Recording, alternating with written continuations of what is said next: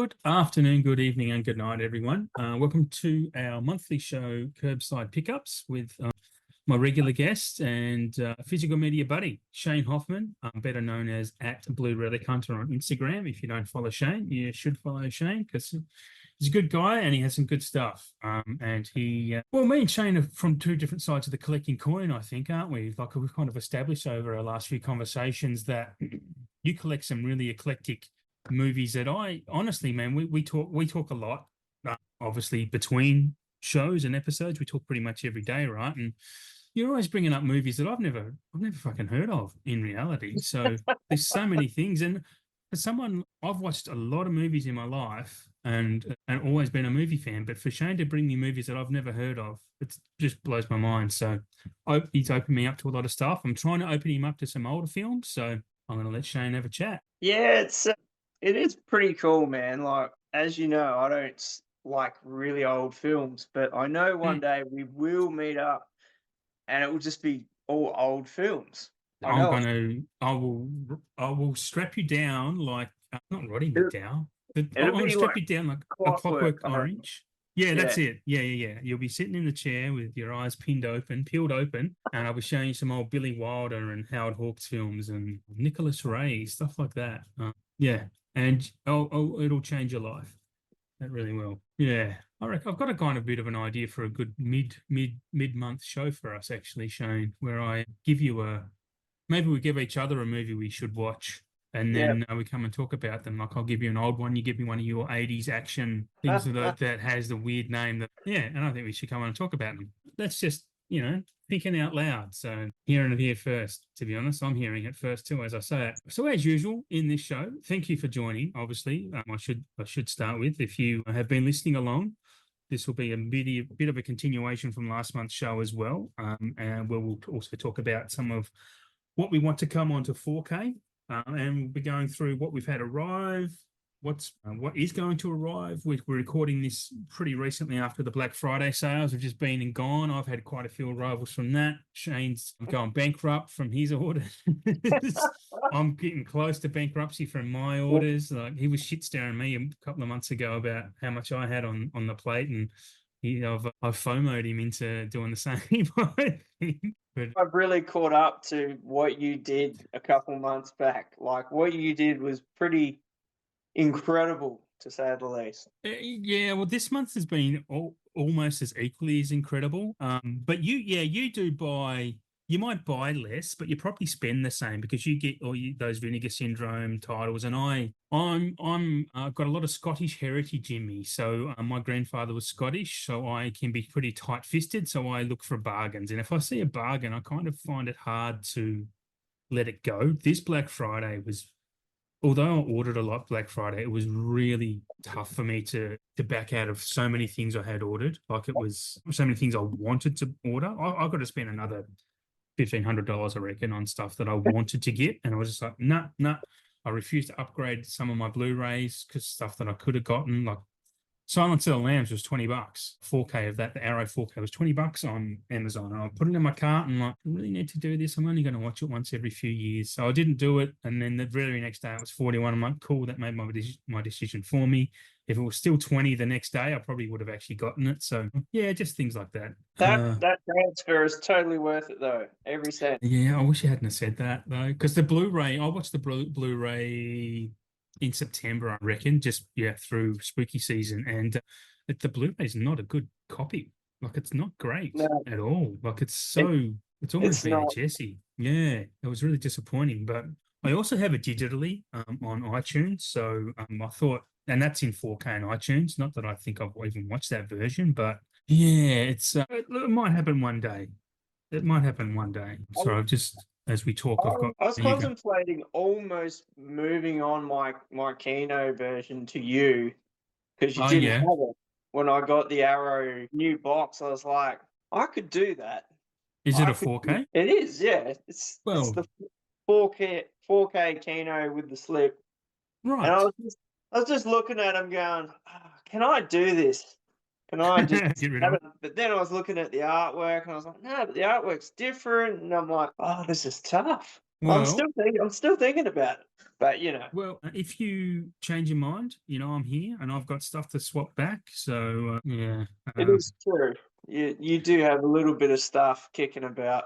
yeah, I do. Like I have a Strange Darling 4K coming any day now, to be honest. That I pre-ordered, but I also got a Blu-ray of that sent to me. So there's that. You haven't, wouldn't. I don't think you've seen Strange Darling, have you? That's Yeah, I haven't seen. yeah, it's pretty. It's good. Like it's really good. It's a very interesting film. So yeah, this is a bit of a scattershot episode at the moment, the way we're going about it. But we might get into, I guess, on that note, did you want to get into your what you've got, what you've had arrive? Do you want to start with yours in the last? Well, just talk about anything you want since the last time you spoke. Yeah, there's been a couple. Obviously, for all the viewers that are listening and will hear this, I did a bit of a live stream last night of what I got from Outrun, and I only got like 8 titles, but still, there was a bit of pennies in those titles. So yeah, I picked up a Fluke, Rules of Engagement, Link, which I'm super keen to check out. Trick or Treat. Rules of Engagement. I didn't realize you got that. That's the Roger Avery one. Oh no. Sorry, that's the Guy Pearce, Samuel L. Jackson one, right? Yeah, sorry, my Yeah, bad. Yep. which is really interesting because I know Guy Pearce is in it, but Mm. he doesn't make the cover. Oh, really? His name is not even on the front of it, which is I interesting I because know he was back in the day when that movie came out. He was because yeah, he was a big name back then. So, and he's going to be a big name after next year's Oscars too, because apparently he's pretty high on the predictions for an Oscar nom for The Brutalist. So between him and Adrian Brody, like it's going to be a big killer at the Oscars, I believe. yeah, I like both of them. Adrian Brody, Mm, he's a he's been a bit of a sleeper, like in the movie world. Like he's in yeah, this, he's in that. He doesn't he really just stick to one genre, but he's so damn no, good. he chooses carefully. He does most of Wes Anderson, especially later Wes Anderson films, and he's a fantastic actor. He's in a movie called, I don't know if you've ever seen Wrecked, where he crashes his car and is basically trapped in his car for like, I don't know, a few nights or a week or so in the bush. Like he drives over a cliff and he's trapped in a car. Have you seen that?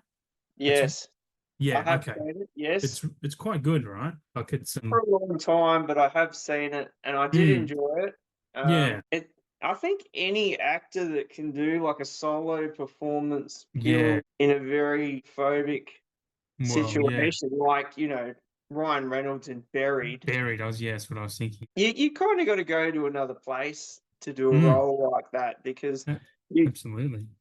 everything is on you. You're just putting out all this Yeah, vibe, yep. and you've got a whole audience watching what you're doing, and to Mm, captivate them for yeah, 80 to 100 minutes, I think that's a pretty fierce effort. absolutely. Considering on a shooting day, say if they even shoot, if it's a short shoot might be 3 weeks, and they're 12, 14 hours a day in every scene, and Yep. they're the entire film. So hell yeah, that's a big task for Mm. actors. It would have to be like, yeah, it's a lot of it's very impressive. And even speaking about Ryan Reynolds, who is kind of a one-trick pony, Ryan Reynolds, right? He has a shtick and he sticks to it, and it's made him a very wealthy and successful man. But Buried is very different for him, right? Like it's a bit of a departure. So it's actually an interesting film to watch just from that perspective. I think Reynolds. like for Reynolds, his early stuff is a lot different than what he'd do now.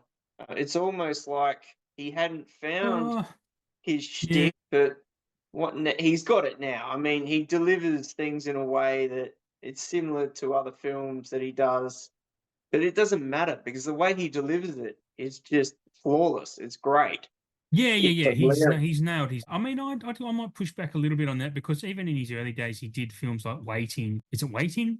Yeah, And then maybe. Van Wilder and stuff. So I mean, he was developing that shtick, Yeah, but yeah, I mean, he did obviously make some other movies in between that tried to veer away from that, and it didn't quite work for him, I guess. So, yeah, I mean, he chose his projects, and I mean, his passion was Deadpool, and he did it well. I only got to recently watch Deadpool and Wolverine when it hit Disney Plus, and I didn't hate it. And I'm not a massive Deadpool fan. Like, I'm not one of those hardcore people. I don't care to even get the physical of it, to be honest. I mean, again, in a couple of Black Fridays when it's $25, probably, but it's not something that I would rush out to get.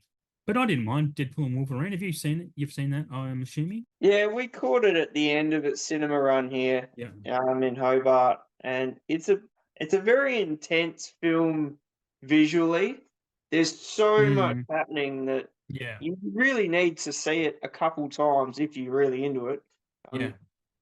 to capture everything that's happening because there's just so much going on, and it's long. It's a long movie. It is. It is a long movie, actually. So, what else have you had arrive then? Apart from those that I can see, In obviously, in the entire Cannibal. last month, since like early November when we last recorded, you must have had other stuff, yeah. What Oh, about? I can see yeah. the Terminator Steelbook behind you. Oh, yeah. So Terminator Steelbook, Cannibal Apocalypse, another Kino cult, Yeah. which I've got the VHS for as well, which I've had for a long time. The Prior and Wilder box set, I highly Mm, recommend that. I've only watched See No Evil, Hear No Evil, but so it's good there.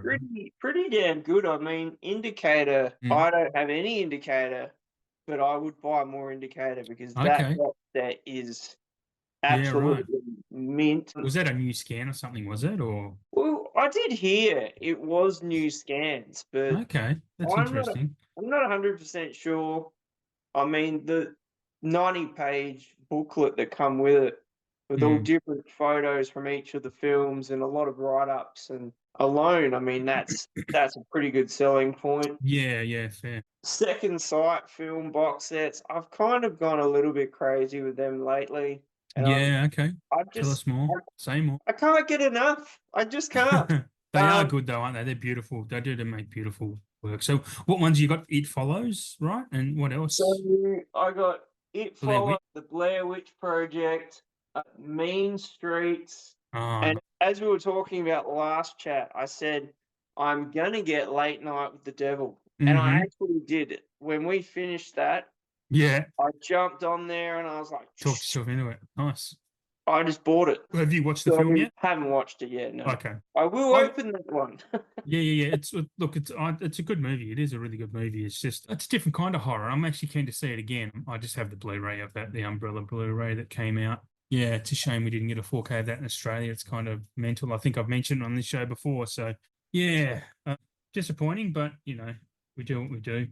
And But this is Umbrella we're talking about, right? So they did mm, release the Terrifier set, yeah, and yeah, that was just Blu-ray. And yeah, so we've got the 4K trilogy. yeah. That is interesting, isn't it? Actually, Here's yeah, another $200. We would like that, please.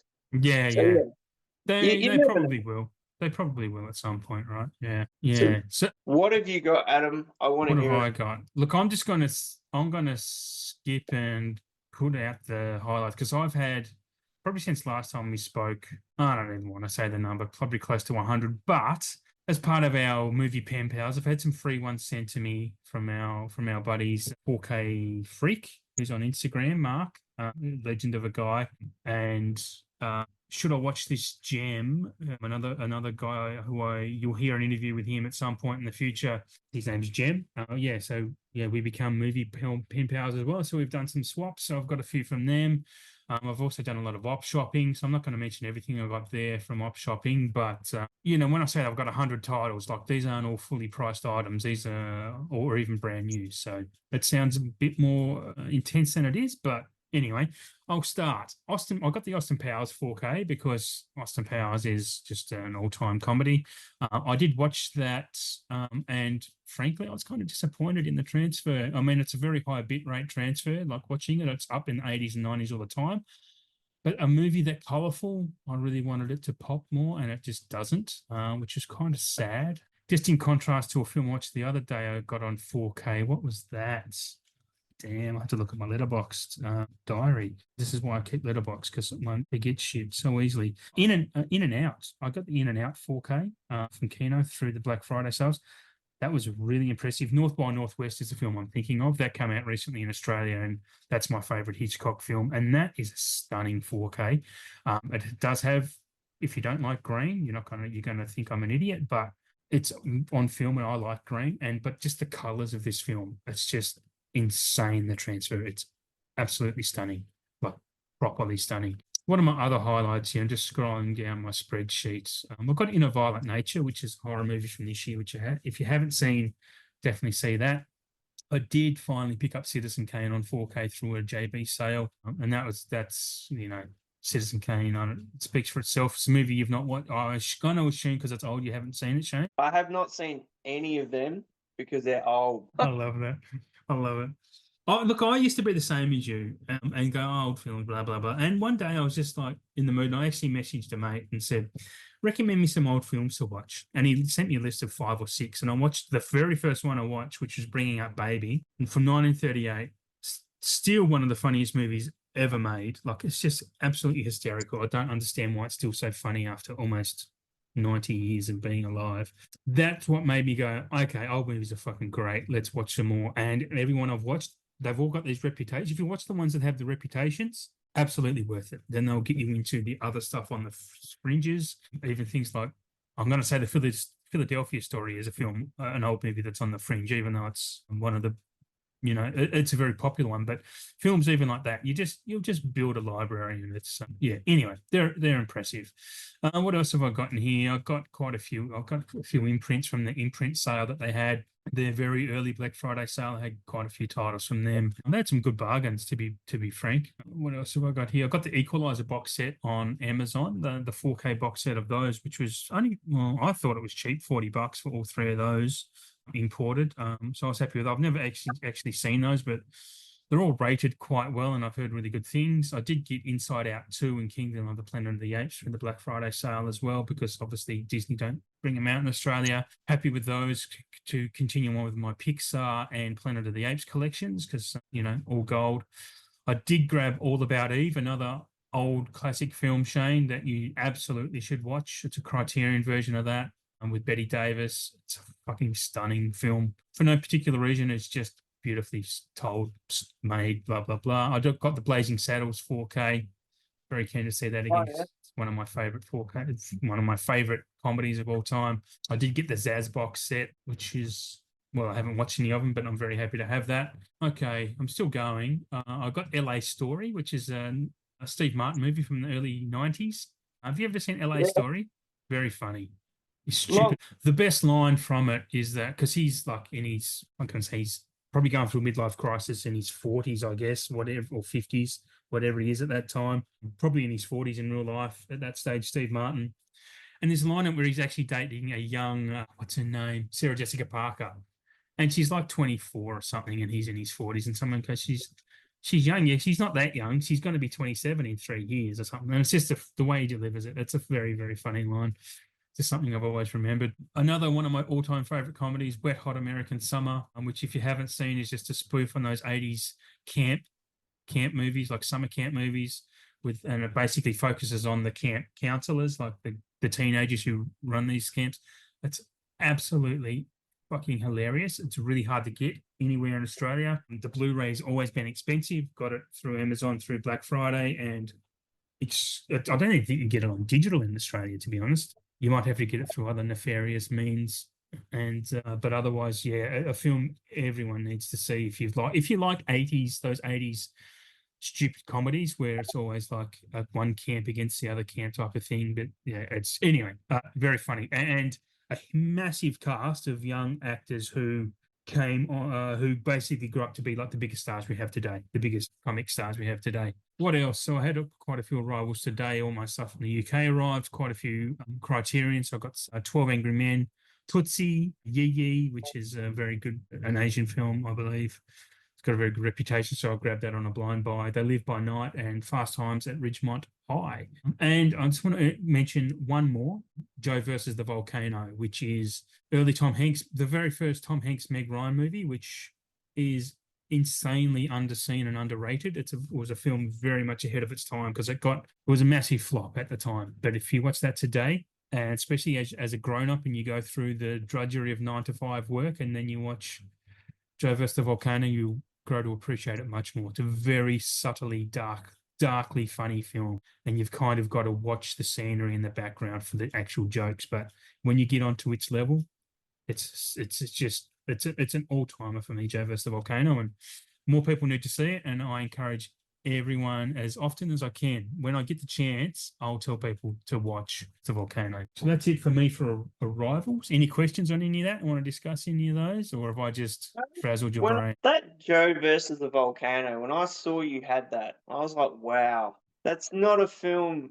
that you would see many people No, talk about just no, by, hey no. man, I got Joe versus the Volcano. No, no Yeah. one says that.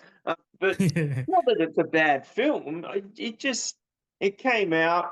It didn't It really came and do went. much, but films like that can over time grow into something else, Yeah. and that is one of them. Yep. So Massively underappreciated film. Yeah. I'm glad you said that. Yeah, because I mean I've noticed there are in the stuff that I listen to and watch and just pay attention to, like there are a few of us out there who know this movie and appreciate it and love it for what it is.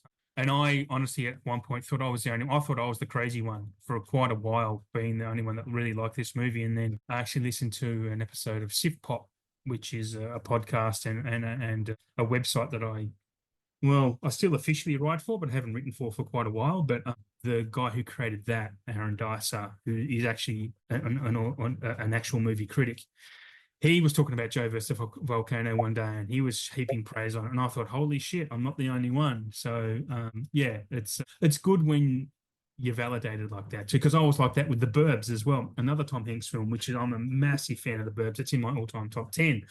And then all of a sudden, it appears that this is a cult film that everyone loves as well. So I'm not sure what your thoughts are on The Burbs. You would have seen The Burbs, surely? I love the Burbs. Yeah, yeah. And in saying Great. that, I don't own the Burbs. I Oh, don't have a copy of it.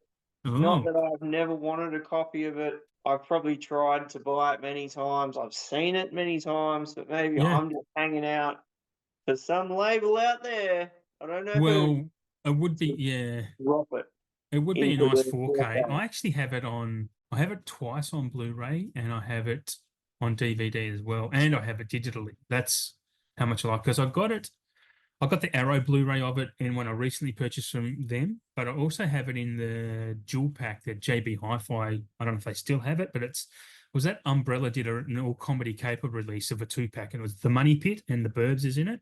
Yeah, so I have that version as well because I got that for like maybe $12 or $13 at some point. So, but then I got the Arrow version because I just thought the transfer of that would be better. But yeah, The Burbs would be a movie that would be a great 4K. I mean, I'd jump all over that, even though I keep saying I'm not going to upgrade, but I'm only going to upgrade films that are in my like top 50 of all time from now. The Burbs would be in there. Oh, for sure. I remember when that come out, and it was Mm. just it was great. Yeah, It was just it's such a cool comedy. It was yep, dark, yep. but Tom It's Hanks and all the cast are just fantastic. it's funny. It's like Bruce Dern is just the king in that film, man. He's just from his whole attitude when the dog shits on his lawn, the way he falls from the roof of his house when he's up there with his sniper rifle and his military equipment. Just Rick Ducommun when he gets electrocuted and falls into the wooden shed. The fucking it's just Joe Dante. It's Joe Dante who makes that film. Like the director, he's a few directors have my number, and Joe Dante is one of them. Like I find it hard to not like anything that guy does. Like he's just remarkable. He just has this tongue-in-cheek kind of sense of humor that is Mm. very sly and very subtle. So even something like Small Soldiers that he did, Piranha, in the early 80s, like Piranha is a funny film if you watch it in the right light. So yeah, Joe Dante is a bit of a god for me, to be honest. So yeah. That I did get the Scream Factory 4K of that. I've Mm, never really seen it, but yeah. I tell you what, for fake piranhas, they Mm, are done very well. yeah, yeah, yeah, they are. And Yeah. it looks really good. It's amusing. Mm, It's a tongue-in-cheek horror. yeah. I mean, you can't help Yeah. but sit back and just laugh and go, "Yeah, Yep. eat them." Yeah, yeah, exactly, exactly. And that's like I said, that's Joe Dante. He's tongue in cheek. And in saying that, I'm not mentioning his biggest films, Gremlins. Like I adore Gremlins as a Christmas watch for me. Like I love Gremlins. Like that was one of the first movies I ever remember watching and loving back in the day. Like between that and the Goonies, and that was my era in the mid 80s. And they're the type of films that made me fall in love with movies. So yeah, big place in my heart for Joe Dante. Yeah, yeah.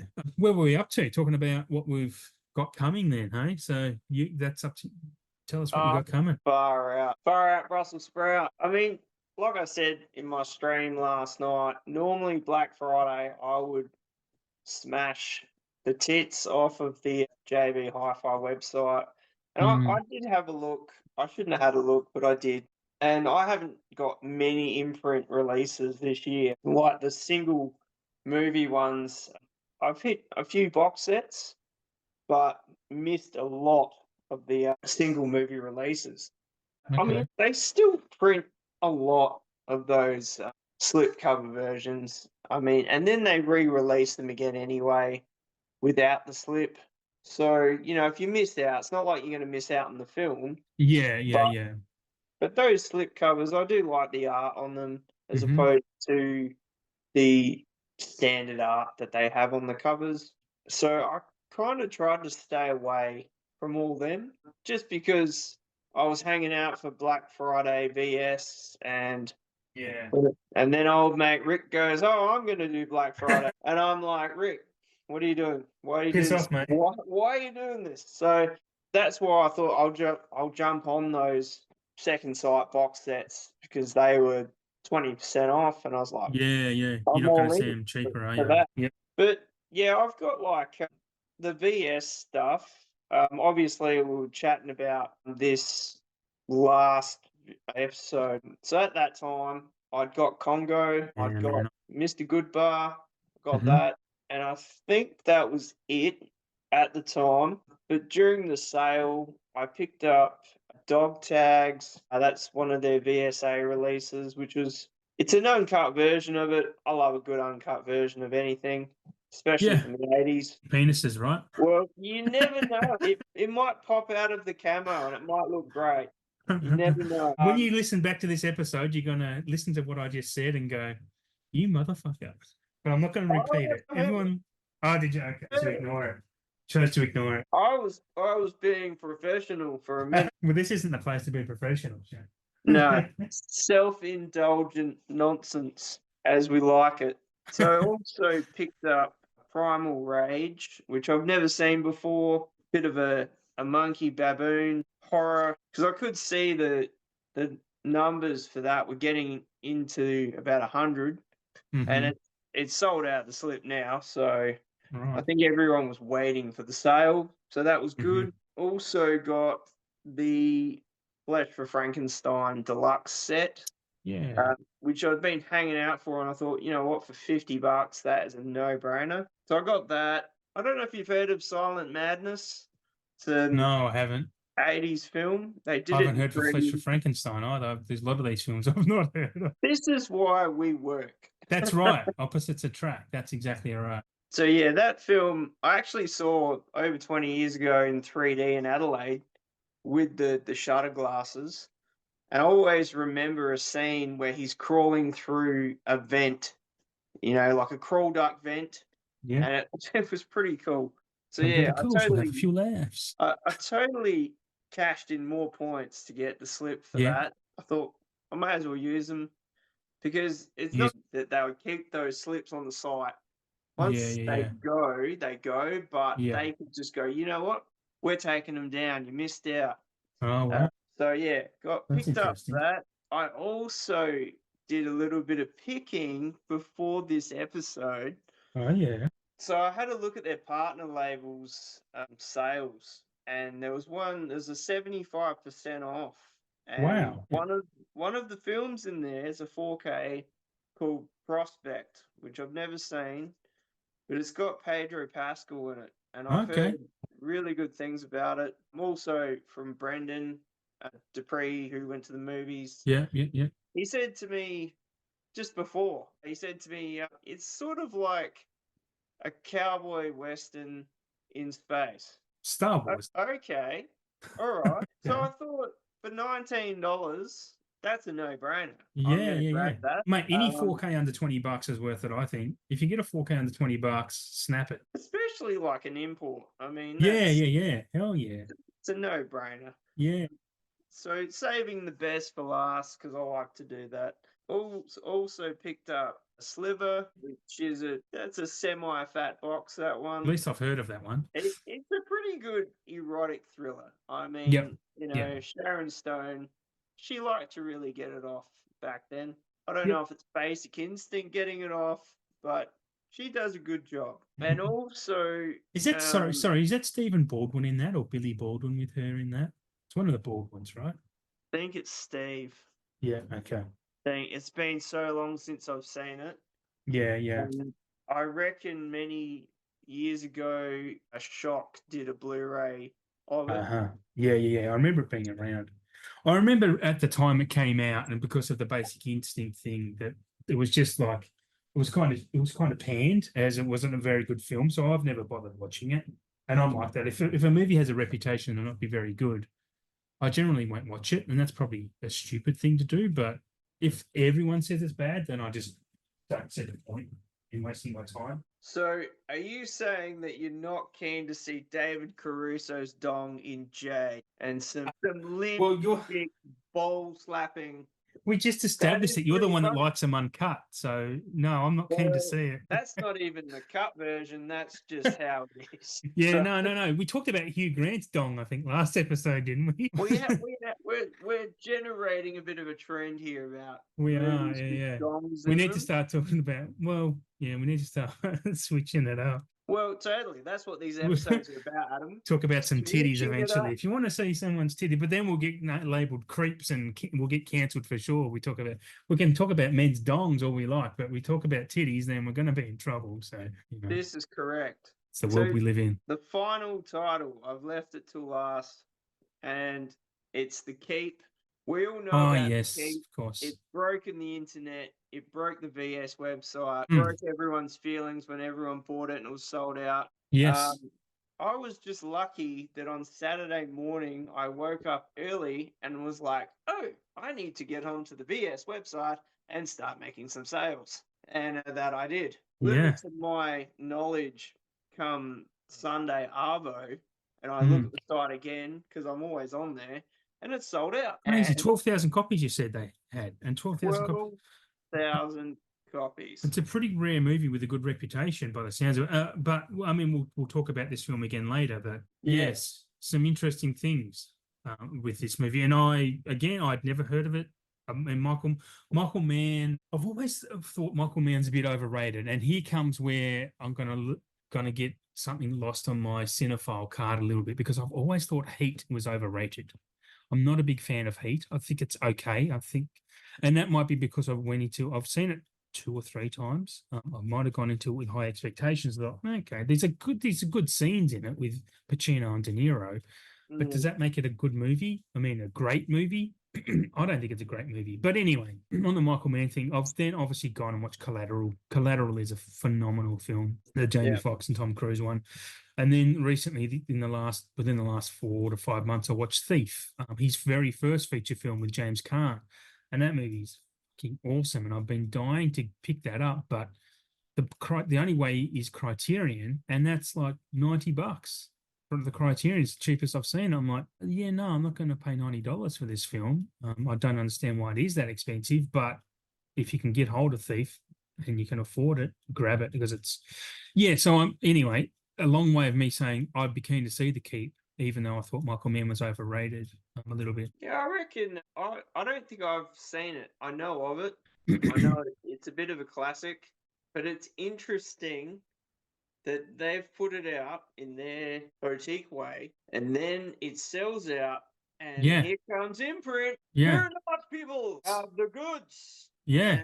And then they say they're doing The Keep on 4K, and it's like, well, there you go. I reckon there's been a global rights thing about it, and to sell 12,000 copies is obviously, it was a cult film.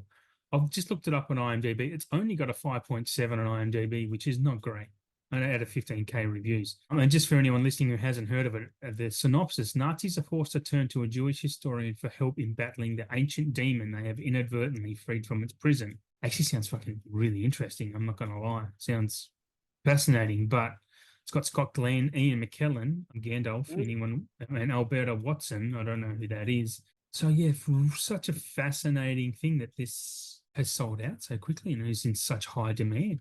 But that's the physical media world, isn't it? It is pretty crazy. I mean, I didn't think it would sell that quick, but I No, know not there was buzz about this film. I've heard other people yeah. talking about it and saying, "Oh, I reckon they're doing the keep. The keep is coming out." Be Right. keen to jump on that, but is it that cult that it sold out that quick? I mean, the only other film since I've been buying and following VS was Existence.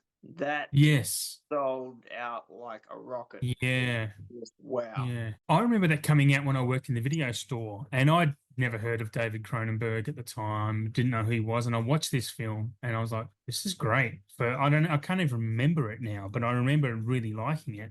And I watched it a couple of times. And then I saw it and I was like, yeah, I want to get that one day. And yeah, now it's kind of not easy to come by. I mean, there's a 101 do Yeah. a version of it. So I'll find it one day and I will watch it. But yeah, I kind of lost my train of thought on that. I mean that those sorts of releases, I kind of just see them and I just jump on them. Mm. Like I think, you know what? That's gonna be good. And Yeah. I'll pre-order it. There's no sleeping on that. I mean, Yeah. I only slept on a day with the keep, only Mm. because like I was trying to break up my payment dates so they don't all fall on Uh, the same day. yeah, But right. I'm glad I did because I did manage to get a copy. But in saying that, as I've discussed with you earlier and haven't seen the film, so I'm not too bummed, but still a bit bummed. There's hundreds of beavers. Oh, yes. It hit the site like Yeah. at probably 4 in the morning here. And when I got up this morning, the slip had already sold out Yeah. and it was just the standard. And I just looked at that and went, wow. Yeah. I don't know if Rick has it. I got it from, I actually ordered mine I pre-ordered mine before it was out from Rare Waves in the UK. And I Yeah. got mine and I've got a slip and I've not actually watched it again since, but do you know anything about the film? Not a Because, lot. I was chatting to Brendan about it earlier, yeah. and he said it's like a silent film, Mm-hmm. comedy, black Mm-hmm. and white. He got the copy through Lightbulb. Okay. That I was don't the know what label that he is. got it with a slip. But you sent me that link earlier with the Yeah. wooden slip, which is Yeah. It's not there though, is it? Yeah, that it's looks not great. there. Yeah. I don't know if what you got to do to get that. I mean, that's pretty cool, but I Yeah. don't know anything about this film. I mean, maybe that's generating some buzz in itself, but It's whether I like it or not is yet to be seen. you would like it. I mean, did you grow up on Looney Tunes cartoons? Bugs Bunny, A little Daffy bit, Duck. probably Okay. probably more Ren and Stimpy back then. Ah, okay. I mean, Well, the way I explained it in my letterbox review when I first watched it was like, this is absolutely inspired by Tex Avery, and he's the guy who basically directed all the Looney Tunes cartoons. It's just madcap. It's a black and white 2 hour long silent film about a guy who has to catch hundreds of beavers to win the daughter of the merchant in this. It's the only merchant in this. It's not a town. It's just this big snowy expanse of space. And just the way he goes about it, by the way he sets traps and the costuming of these, because these are, you can see clearly these are people in beaver suits, right? Or they're people in, it's kind of like Wile E. Coyote, basically. And it's just yeah. fucking hilarious, man. It's hilarious. It's not kind of like it plays like a video game at times. It's absurdly brilliant. And if you didn't like it, I'd be so shocked. I'd be really shocked. That's the reason it's sold out so much, because it had really short cinema runs. It did hit cinemas in Australia in certain spots for only like a week here and there. And then as soon as I saw the Blu-ray, I'm like, absolutely getting this. And it's a phenomenal, it's so good. Yeah. I mean, Oh, that would be a pretty good one if it did get a 4K release because black and white films in 4K. Not that I've yeah. seen one yet, but I've heard they just Oh, look phenomenal. they do. Absolutely. Citizen Kane, The Maltese Falcon, Casablanca, they are insanely good in that. Because 4K is about, especially if you're well, I don't have an OLED, but I've seen them on OLEDs. Because OLEDs are just, it's all about the black, right? Like if it's black, it's good. And just, it's not all grey like you watch a Blu-ray or a DVD or even a TV version of these films back when they were the before times, I'll say. But they were just, everything was grey. But these are black and they're white, or they're, tones of grey and black, like black, like the Yeah. letterbox black, like insanely rich, insanely deep. And yeah, they are stunning to see. And mate, I reckon if you're in a JB and you see a Maltese Falcon, that's the one I would recommend the most, because it's a noir thriller. Humphrey Bogart, man, you will like that film. If I'm going to recommend you an old film on 4K to watch, I want you to see Maltese Falcon, 100%. I have thought about grabbing that because we did get Rebel Without a Cause Yep. and watched that. And Mhm. we've got East of Eden, but haven't watched that yet. Have you got Giant? You need to get Giant. Haven't got Giant, but Giant's thought so about good, it. mate. Giant is such a great film. It's almost 3.5 hours long. But it is so good. James Dean, man, this is where you see James Dean actually has talent in this film. It's a superb movie. Anyway, sorry, I butted in It's a again there. long time, 3.5 hours. Well, all of those old movies that were epics. It's, Lawrence of Arabia, some of the best films of all time. Lawrence of Arabia, the Brutalist, which will probably win Best Picture Oscar this year, is 2 hours and 215 minutes. It's almost 4 hours long. It actually has an inbuilt intermission into it. So yeah, an intermission. I mean, for 215-minute film, that's a long time to be sitting there holding your bladder. So yeah, that's a big watch. That's one of the ones I'm most keen to see, actually, leading up to the award season. But yeah, man, I can throw you out. I can just talk for hours about these old films that you should be watching. Yeah. So if you got the 2 James Dean films, you need to get his third one. It's insanely good. Yeah. Anyway, where were we up to? Were we still talking about stuff? Did I think that was steer us the away too much? last title of something I've got coming in. Yeah. I think I've got everything else.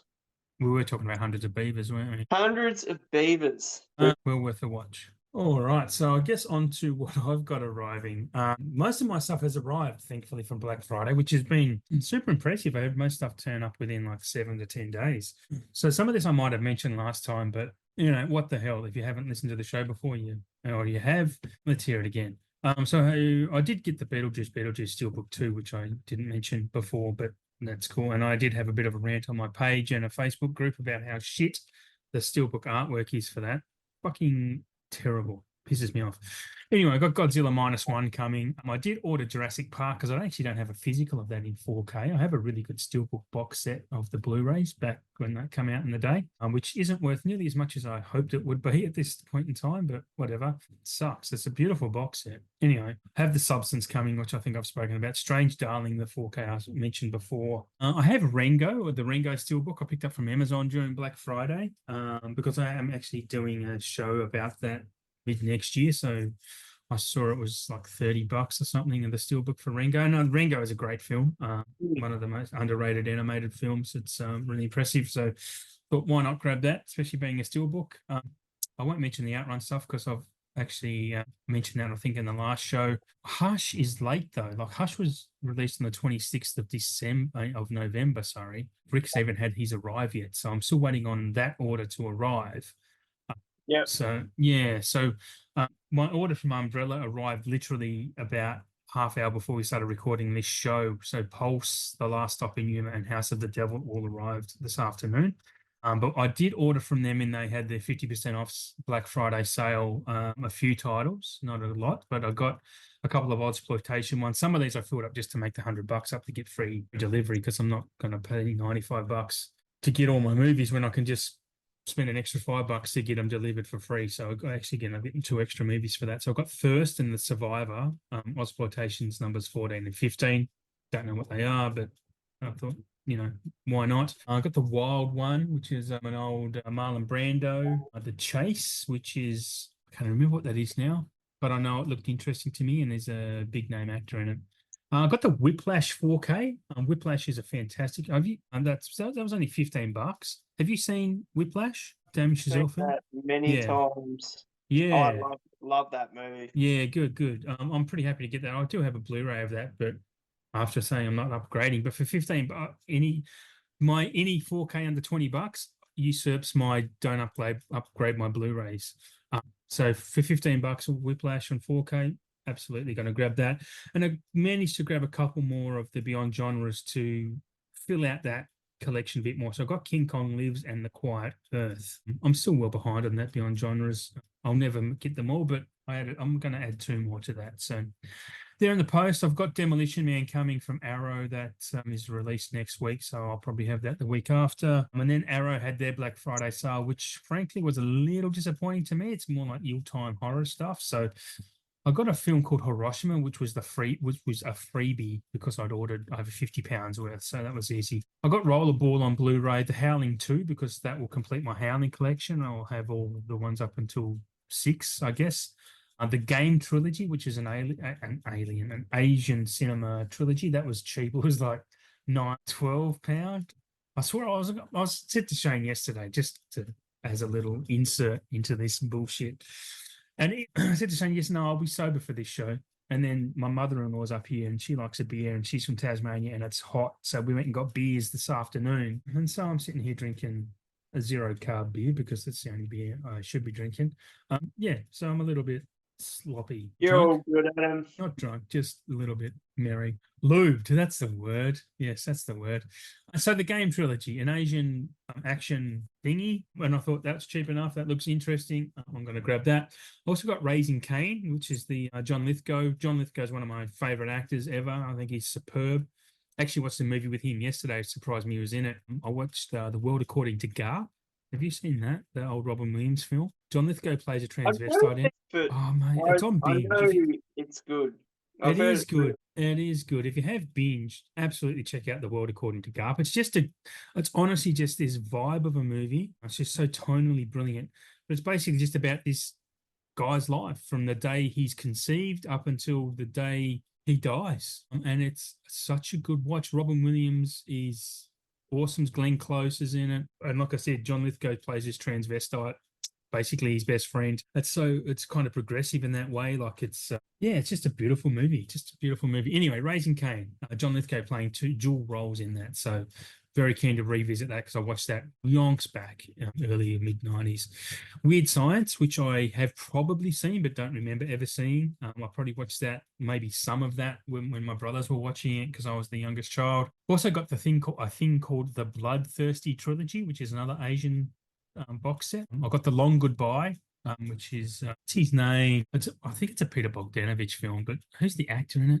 Can't remember his name. The Long Goodbye, good movie. Anyway, sorry.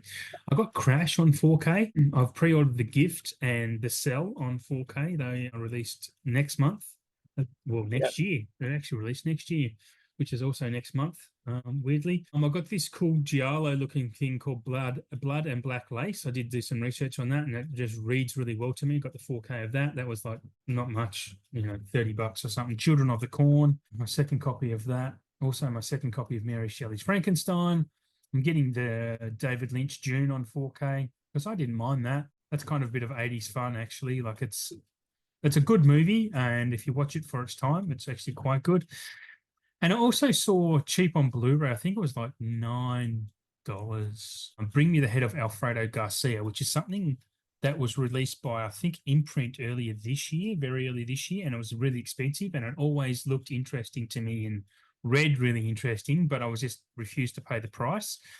And I thought, I'll get the Arrow version. Why not? And I'm finding that a lot, that Umbrella or Imprint do some of these Arrow versions. And it's obviously just a licensing thing, which I have very little knowledge of. So interesting. And that's it. That's all I have pretty much in the mail coming that I've not spoken about before.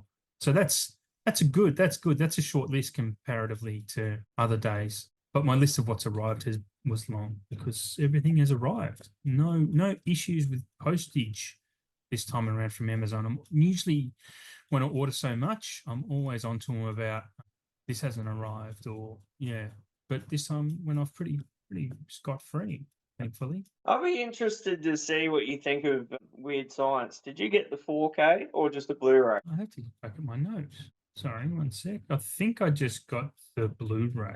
Yeah, just the Blu-ray. just the blue. Because I got the 4K and I don't know. Mm, It's good, but it's not good. There is a lot of grain in it. okay. Yeah, it just wasn't what I was expecting. I thought it was going to be a lot cleaner, a bit more Okay. consistent, but yeah, it just really wasn't. I don't mind grain because, well, not because, but a good example of a movie with a lot of grain is the Invasion of the Body Snatchers, the Ken Lorber version with Donald Sutherland. It's a lot Yeah, of grain, but it looks great. I think it's so impressive because I think it just suits the film maybe because it is a yeah. grainy film anyway. So yeah, interesting to hear that about Weird Science, I suppose. Yeah. I was a little bit like that with Austin Powers though too, to be honest. Like it looks good, but it's also I would want it to look better as a 4K. I honestly don't kind of bit when I ask in my interview show, I ask people people what do you regret buying? Do you regret anything that you bought? And I'm gonna kind of think Austin Powers is up there for me at the moment because a Blu-ray version of that, which I have, is fine, perfectly fine. So if you are thinking about upgrading your Austin Powers to a 4K, I don't think you should. If you don't have Austin Powers on physical, absolutely get the 4K because it hasn't looked better. But if you have the Blu-ray, don't rush out. Honestly, yeah. Yeah, look, I've had the umbrella release of that for a long time. I haven't watched it for a while, but I don't know. I thought it was quite good. I mean, Mm, it looked quite punchy on my TV, and yeah. I mean, there were some sections that were a little bit inconsistent, but I'm sure they're going to do the rest of them on 4K Oh eventually. yeah, absolutely. Yeah, you'd imagine so. I don't think I'll bother with the others because I have a box set Blu-ray of those three, and also a DVD box set of them.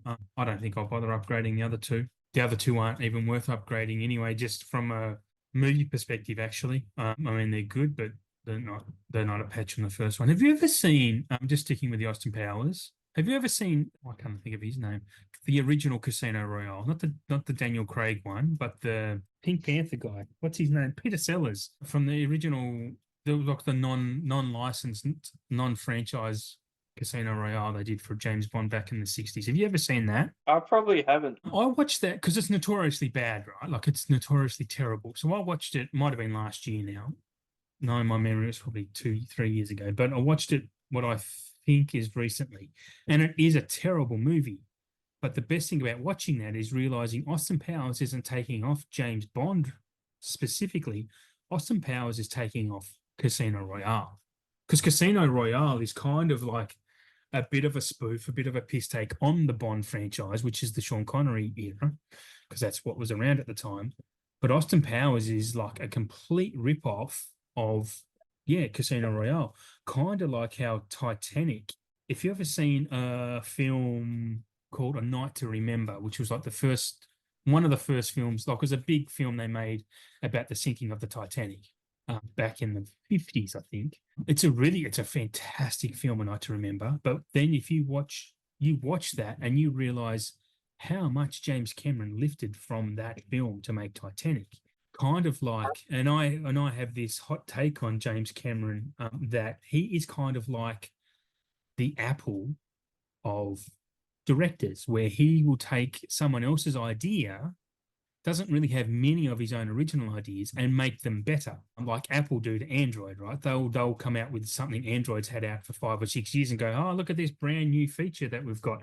Apple might, as Samsung, Android might have done it first, but Apple take that idea and they do it better, in my opinion. I think Apple do. They might be a bit late to the party, but they make the idea better, and that's what Jim Cameron does, in my opinion. He did it with Aliens. He done it with Titanic. He did it even with Avatar. Avatar's not at all an original idea. So what he did was take like Dances with Wolves or Pocahontas and insert it into this big space opera and create his own world. And where Jim Cameron excels is his world building and his characters. And that's what so they're the two of the most they're the two most important things that make a film good, in my opinion, is the world building and the characters. And characters are only made through the writing. That's what lets Avatar down a bit, is the characters, but the world building in it is phenomenal. So I don't know if you feel like I'm ranting or if you have any opinions on that, but that's I've had that hot take about Jim Cameron for quite a while now. At least, I mean, Cameron's got a lot of money. He's got enough money to do near anything he wants to do. Of course, yeah. And what he did with Avatar in, you know, like true 3D in the vision that he had, and when he redoes his films in the way that he wants to see it as it should be in Yeah. today's times, Yes. you know, he's well within his rights to do it. I mean, he's got the cash to do it. I mean, it's they're his films that he's created. So, Are you talking about his 4K transfers though, more than his actual films? Or well, I mean, I would like to see them just restored normally. yeah, without the smoothing, yeah. Just a regular restoration, you Mm. know. It's like if you know, say Kino Lorber for some reason put out the Terminator and they did Yeah, it their restoration process, and we just saw that film yeah, restored like any mm. other film, we'd love it. I mean, Yeah. I didn't think the Terminator was that bad. Okay. I was going It to ask you, yeah. wasn't like True Lies. True Okay. Lies was pretty waxy. Okay. I didn't hate it. I still enjoyed it because I've never owned a copy of True Lies. So No, same. Yeah. It's to still the even have best a it's copy looked, of it but yeah. that's legit, Yep. I mean, Yep. that's cool. And Yeah, I agree. watched Aliens 6 weeks ago or so, and I thought that was pretty good. Well, I've I, heard Aliens is actually pretty good. yeah, I'd heard some people say, "Oh yeah, don't Mm, like it," blah blah blah. yeah. The Abyss. Yep. Probably not as many people were dissing on that. But I think Yep. out of all those three, I True thought The Lies. Abyss was the best. Yes, I've heard The Abyss is actually quite good. Everyone seems to shit on True Lies.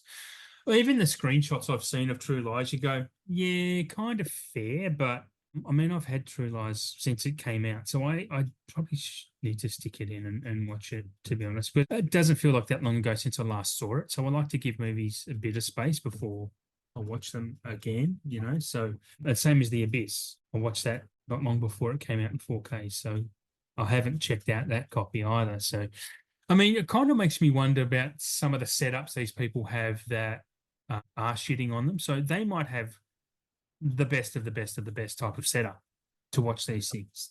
They might have laser projectors or, you know, high end OLED screens and that, you know. So, and the UB9000 Panasonic, which is the top of the line 4K player. So you don't know, they don't say what equipment they have. So if you're just watching it on, you know, if you get out of your parents' basement and just watch it on a regular screen and whatnot, like it might not come up as waxy. But yeah, I don't know. Again, I have to reserve my opinion until I watch them as well. But I appreciate what you're saying. I think like Okay. your previous episode with Foster, and one Mm, of the things he was talking about with Lord of the Rings in yeah. 4K. I've Yeah. never seen any of them.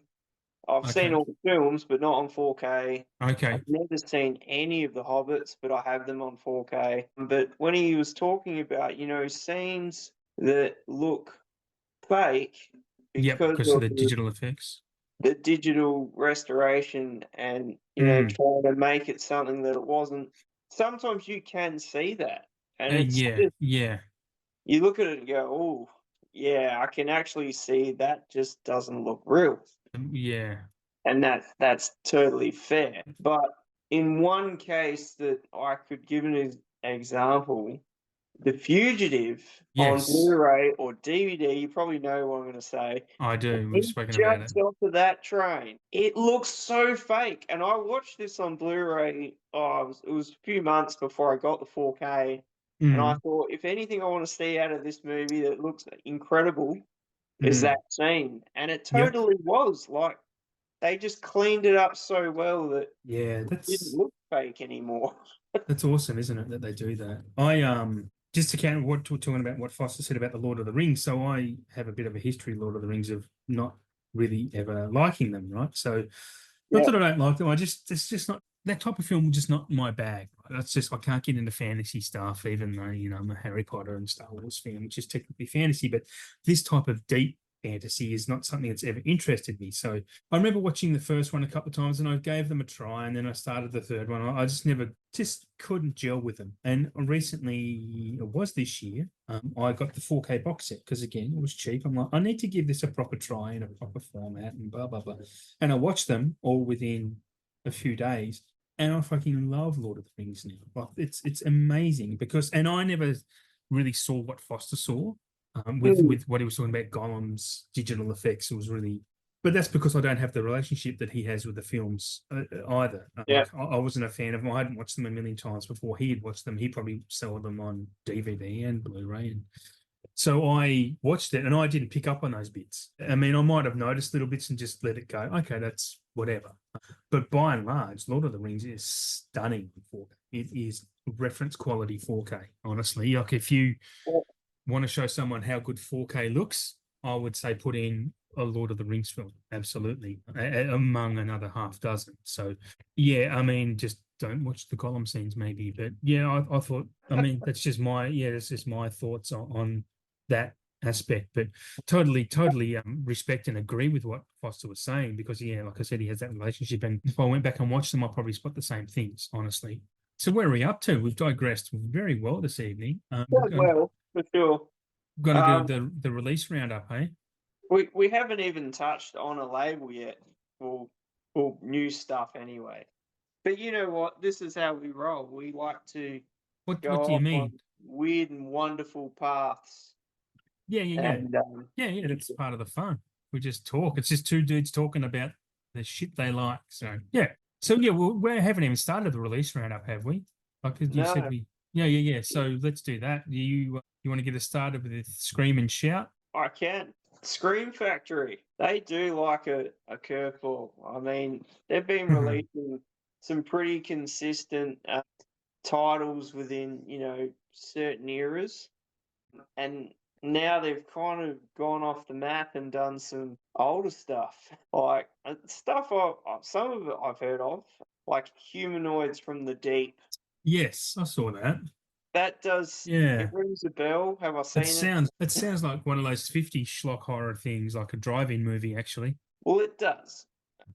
So there's that. I mean, Galaxy of Terror. That looks quite old. Then we get Ghosts of Mars, which I did see at the Yes. cinema way back. That's pretty shit, isn't it? That's not really good, is it? I don't really remember it. It's been that long since I've seen it. I'm looking these up while we talk. Ghosts of Mars. I mean, you got Ice Cube. Yeah, okay. 2001. Natasha Henstridge, Ice Cube. Yeah. It's a John Carpenter film, and it's a 4.9 rating. Yeah, it's one of John's later films. Yeah, where it is like a low rating, but I'm sure the effects and practical effects would be quite good. But in saying that, it might not be a film that you want to get on 4K. I know there was a release in Australia. It could have been through Shock. Oh, right. Okay. It was a while ago. Yeah. So there's that. There's another movie called Sick, which I'd never heard of. So there's that. The 50th anniversary of Tommy the movie. That's out on Shout. And another one, The First Slam Dunk, which I hadn't heard of that either. So Wow. it's a very interesting slate for Scream Factory and Shout. Yeah. Interesting. If you look back on what they've already put out, there's a lot of cult classic horror and whatnot. And it's a totally interesting lineup, especially for rolling into next year. Yeah. I was expecting just more, some bigger titles, but there's so many 80s horrors out there that they could do, and I'm sure they'll get around to them. But other than that, that's about the No real things. highlights. No real highlights. Okay. Yeah, I don't know what to say about any of those films other than I don't really know them. I'd be keen to check out the John Carpenter one, but I don't think it'd be something I'll be paying a premium for in reality. Like, it'll just be, especially if it's rated a 4.9. On to Arrow. Arrow have announced for February, right? February? Because we spoke about their genuine releases already. Cruising, the Tom Tom Al Pacino film, right? Am I Yeah. mixing this? Yeah, Cruising.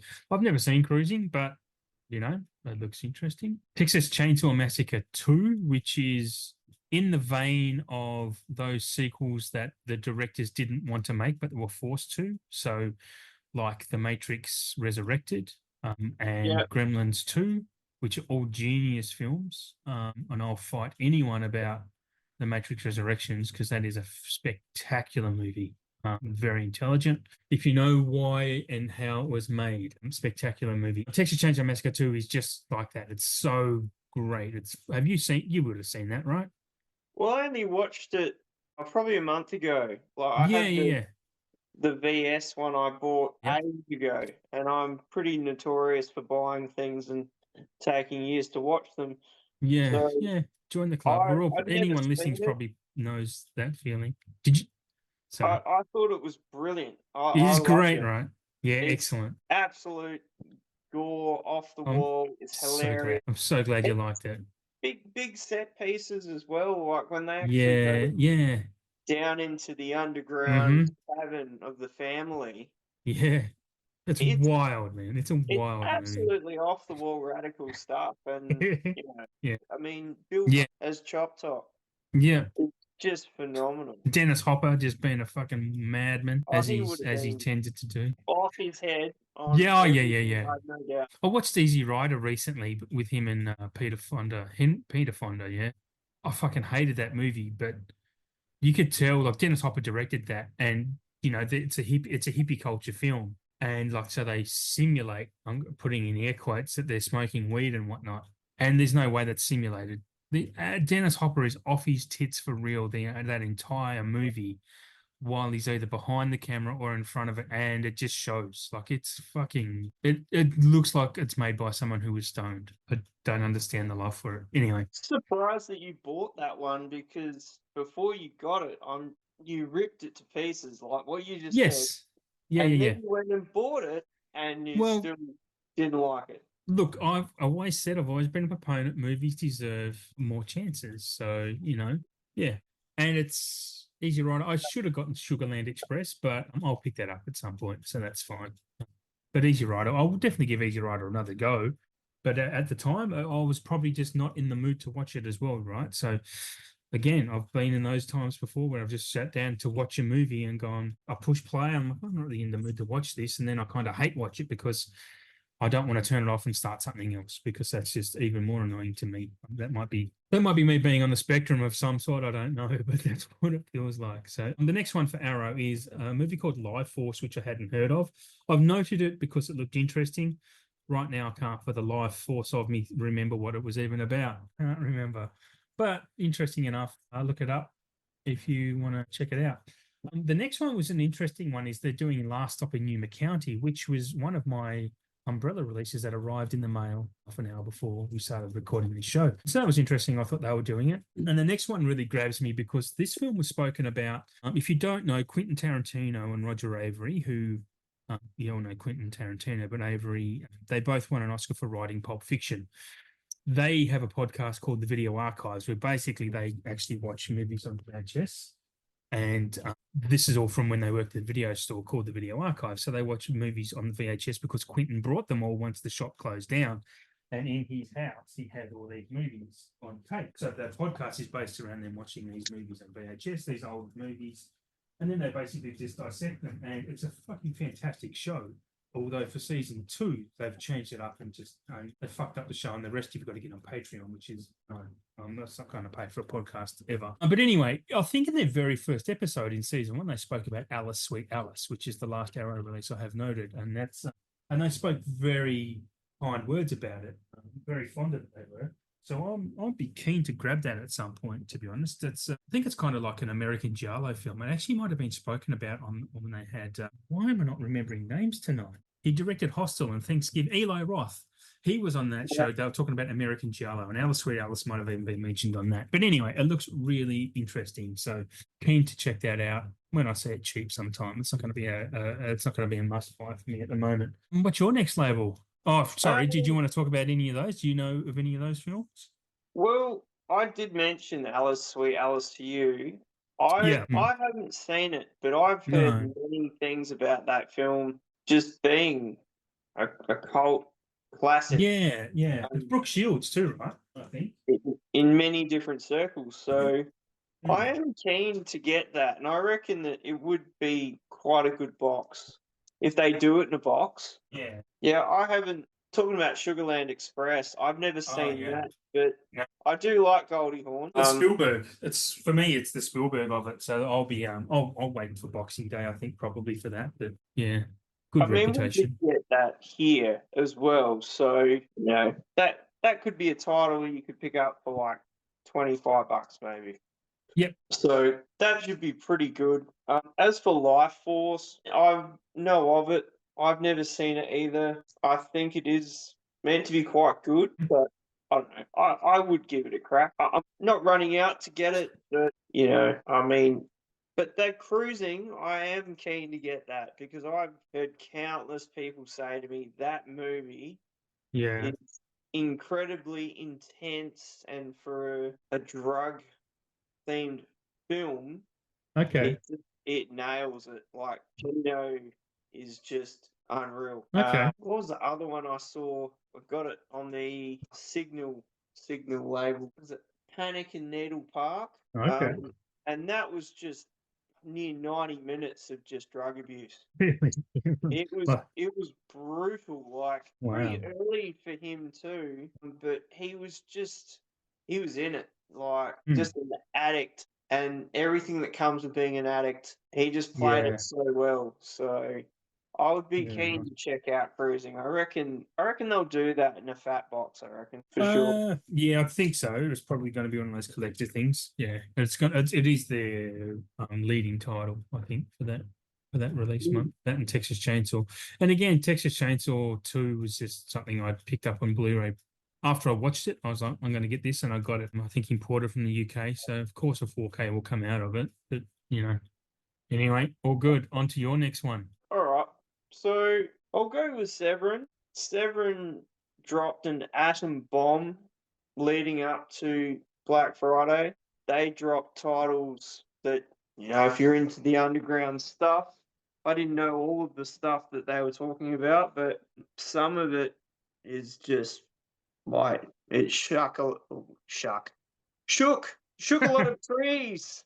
Sure. Maybe some beavers fell out of them. So basically, there's a lot of titles in there that have like cannibal in them and Yeah, yeah, yeah. a lot of that Living Dead sort of stuff. But other than that, they got Antiviral, Oh which yeah. is Brandon Cronenberg film. I actually Mm, have a Blu-ray of mm. that I bought on eBay, but I haven't Really? watched it yet. I know you're surprised. That's okay. They're Shane, doing the great unopener. no. This was actually a second-hand one. Oh, okay, fair enough. I was just kind of going. It was after I saw Possessor, and I was Oh, like, yeah, man, I need to see more of this guy's work. yeah.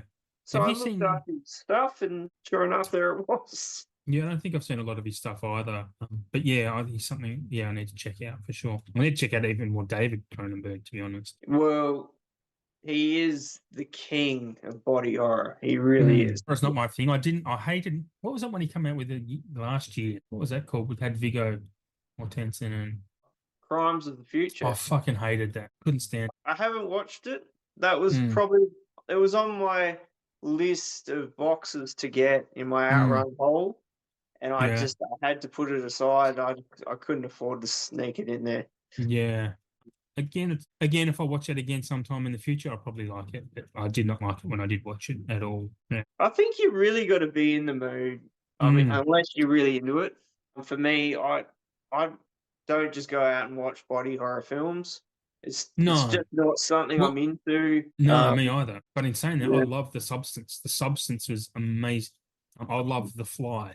I watched The the Fly for the first time recently. The Fly is spectacular, it is. and so is Like the substance, actually, for that matter. the general effects in The Fly are just off Mm, the wall. Like, incredible. They won an Oscar for that. well, so they should have. I mean, Mm. his effects. Like, I watched Videodrome Yeah, I have that. when I was recovering from having my wisdom teeth out. And watching some of the special effects stuff in the special features, and I was like, yeah, they really pushed it back then. Like, you know, Yeah. the script was way more brutal than Yeah. what ended up on film, and they had to try and recreate this vision that Cronenberg had, and it was like, how do we do Mm, this? This is yeah. just this is off the wall, but we're gonna give it. That's what was great Um, about the 80s and those practical effects. They just threw everything at it. Even when you watch some old Wes Craven films, it's so great. It's so great. they just don't do that anymore. We'll probably No, never see that sort of filmmaking maybe ever. Like no, sadly, it's they a just loss. unfortunately. Other than what else they got? Delicatessen, which we did get here. I think there was another German label that put that one out on 4K, and that was before we got it here in Australia. I don't think I've actually seen that. I would like to check it out. I've Yeah, I heard haven't seen it many, either. I own many it. good things about that. A little bit sick things. They've got Last Cannibal World, Thong Girls, The Mask of Satan. Eaten Oh, Alive is one girls. I had heard of, but never seen. I think that would be quite brutal. Slave of the Cannibal God, Night Train Murders, Rats, which I had Oh seen yeah. back on VHS when I was younger, so I do know of that one, and Hell of the Living Dead.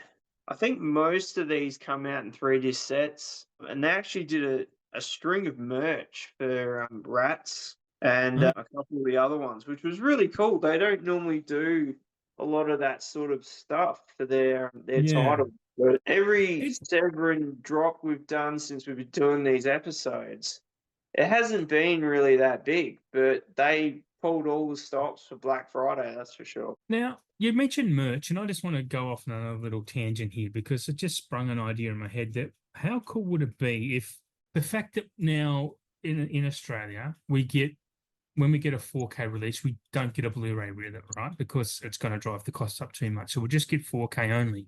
How likely do you think it is going to be for people to, if then when they release a 4K movie, they released merch with it instead of the Blu-ray?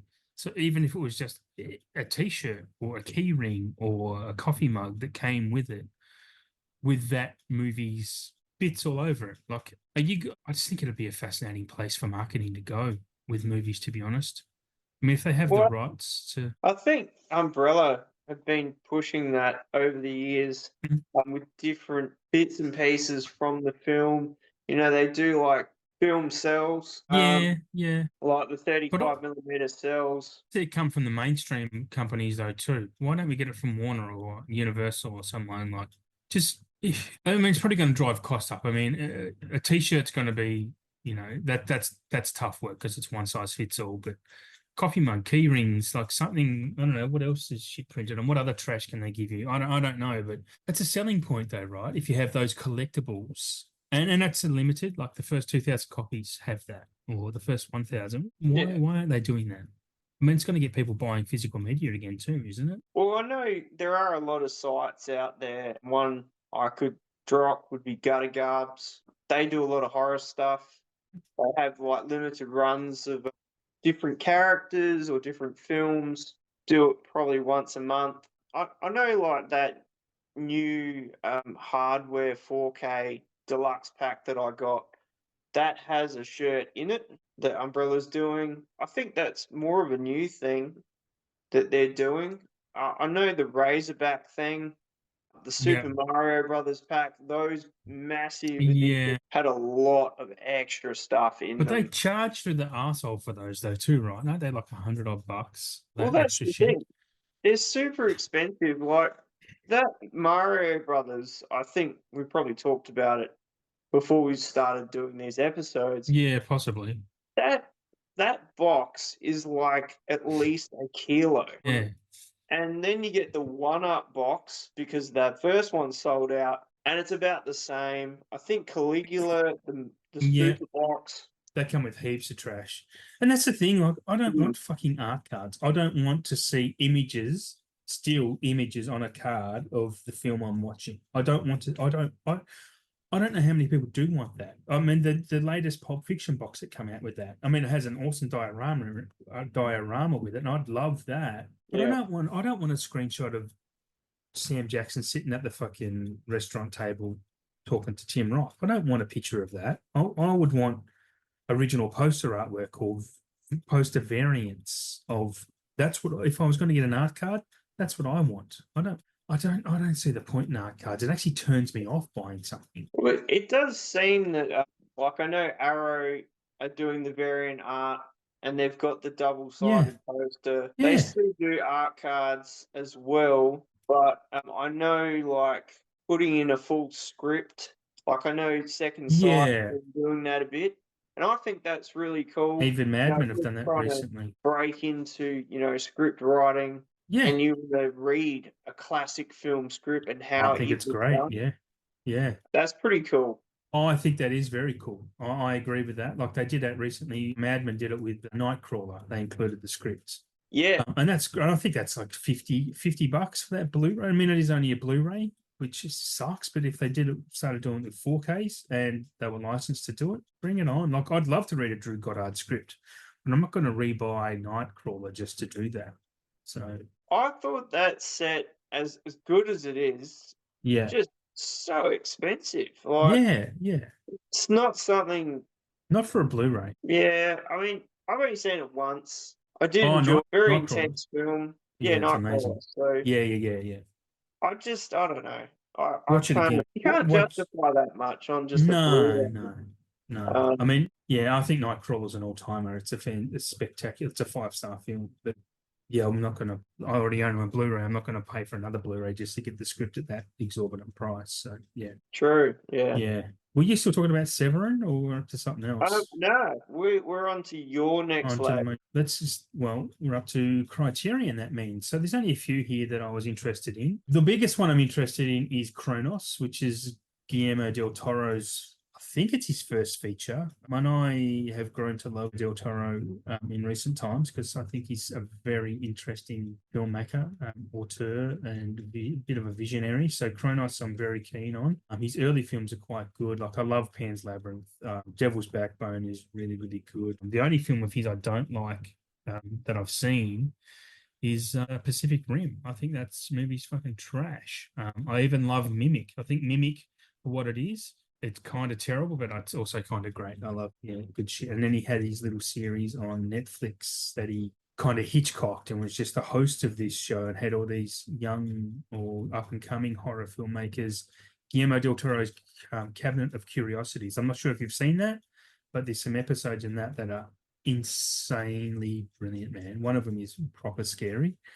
Absolutely check that out if you haven't seen that, Shane. Have you seen?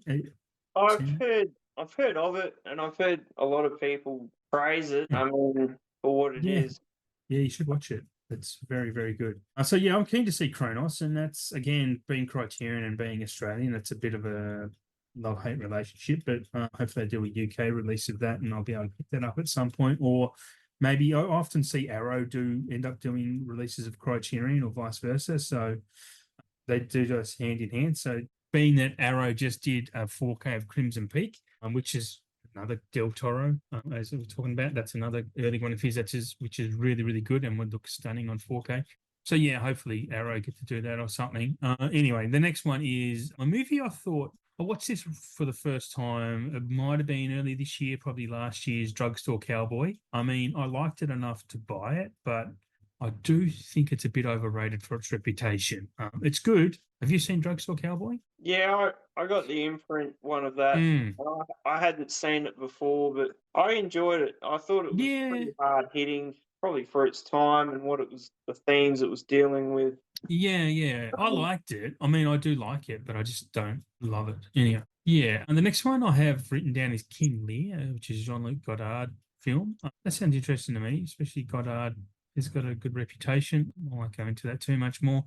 And they're doing an upgrade of 4K of Punch Drunk Love, which again, a movie that I really liked, especially for Philip Seymour Hoffman's performance. I think that's good, but I do appreciate it. I think it's great, but I also think it might have gone in with high expectations, and just thought it was a little bit overrated. I think Paul Thomas Anderson has much better films than Punch Drunk Love, and I think most people could agree with that. But I would say it's a mid-tier PTA. I'm not sure if you've seen that. If you have any comments on that, I've heard of it, Adam and Sandler.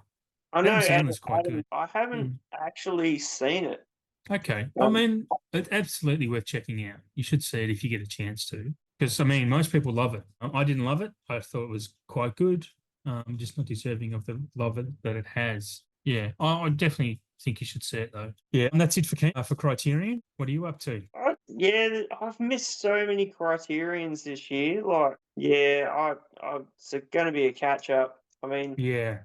I wanted to get Happiness. I know. Yeah, man. I don't know.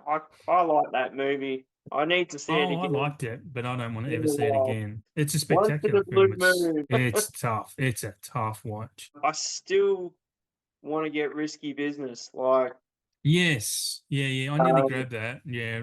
Yeah, risky business. I should have grabbed risky business. I'm kicking myself that I didn't. It was on sale. I reckon it would look phenomenal because I did Mm, watch The Blue. I would have been a couple of years ago when I picked it up, and I just thought, yeah, I can see how this would look better if it was like, restored and all the colours balanced, and mm. it didn't look so dark in some sections. And Criterion are just they're maestros at pulling that shit off. So Yeah, they are. Like they are. There's a few out there that do the good transfers. I was going to talk about this before when we were chatting about something, but some transfers. But the underrated one for me is Studio Canal. Studio Canal do incredible transfers. I'm yeah, not sure if you've yeah. noticed, but they really do spectacular work. Yeah. we Anyway, well, we get a lot of Studio Canal we do. titles in Australia, which is Hmm. good because they used to Yeah. just be ones that we would get overseas. Yes. You got U571, the others, Yeah. um, Well, Cutthroat Ghost Island. Dog. Yeah. Yeah, so all those ones, The Classics Remastered series is yeah, yeah, it's a gift to us, to be honest. Yeah. it really is because when they first came out, they were all 26.98. Yes, correct. They were. We don't know why. We don't ask these questions. We just buy them because, as Yes. we know, those sorts of titles come and go. And it's Hmm. just cool to see those sorts of titles get 4Ks here in Oh, Australia. I agree. Yeah, absolutely. I mean, if you're watching all the things that are happening online and when they're going to come out, and you jump on Hmm. them at the time, Yeah. you're not going to be sad when they're not there anymore. And I think Yeah. Yeah. some people think, "Oh, yeah, I'll get that whenever." And we've talked Yeah. about this before. FOMO is a Well, mofo, man. yeah, that's it. So you don't really know how many titles of these particular No. classics remastered that they No. actually do. Yeah. And when I was religiously picking up every one that came out, Yeah. and, I think it was The Cat's Eye when that came Mm, out. I'm like, "Oh, I need that." yeah. I never thought we'd get a copy like that. Yeah. I got So, the Blu-ray of that. and it's just pretty good, short storytelling. Oh, Cat's Eye's cool. That's a cool movie, man. It's up there with Creepshow and that. Like the Stephen King involved. Stephen King's best writing are his short stories. I used to read a lot of Stephen King. So when he does his short story stuff, he's at his peak. I mean, that's how he gets Stand By Me and Shawshank Redemption and things like that. But if you read his short story collections, what do you call them? Anyway, they're his best books, in my opinion. Like there's just so much gold comes out of them. The Mist was also just a short novella. Yeah. And I've gone off on a rant again, and we were talking about something else almost different. Cat's Eye. This is what we're good at. Yeah, I was talking about Cat's Eye. And I was going to mention, like you were talking about, we don't know how many numbers of stuff there are. I do know the number of one thing, so I don't know what's left or whatnot. But if you were thinking of getting a taxi driver steelbook in Australia, either you or anyone listening, and you haven't gotten it, I would get it as soon as you can because there are limited numbers of those. So get it if it's still around. Well, Uh, I'd say there'd be some copies kicking around. Yeah, I saw some at a store. I don't even know which store, but anyway, whatever store I was at, it might have been Logan. Actually, the Hyperdome. That's in Queensland for anyone unaware. Yeah, there was. I think they had 2 or 3 copies of it actually, so it is available. But yeah, and we're up to your next label, weren't we? After Uh, Criterion. yeah. So what else we got here? I'll briefly touch on Cape Light.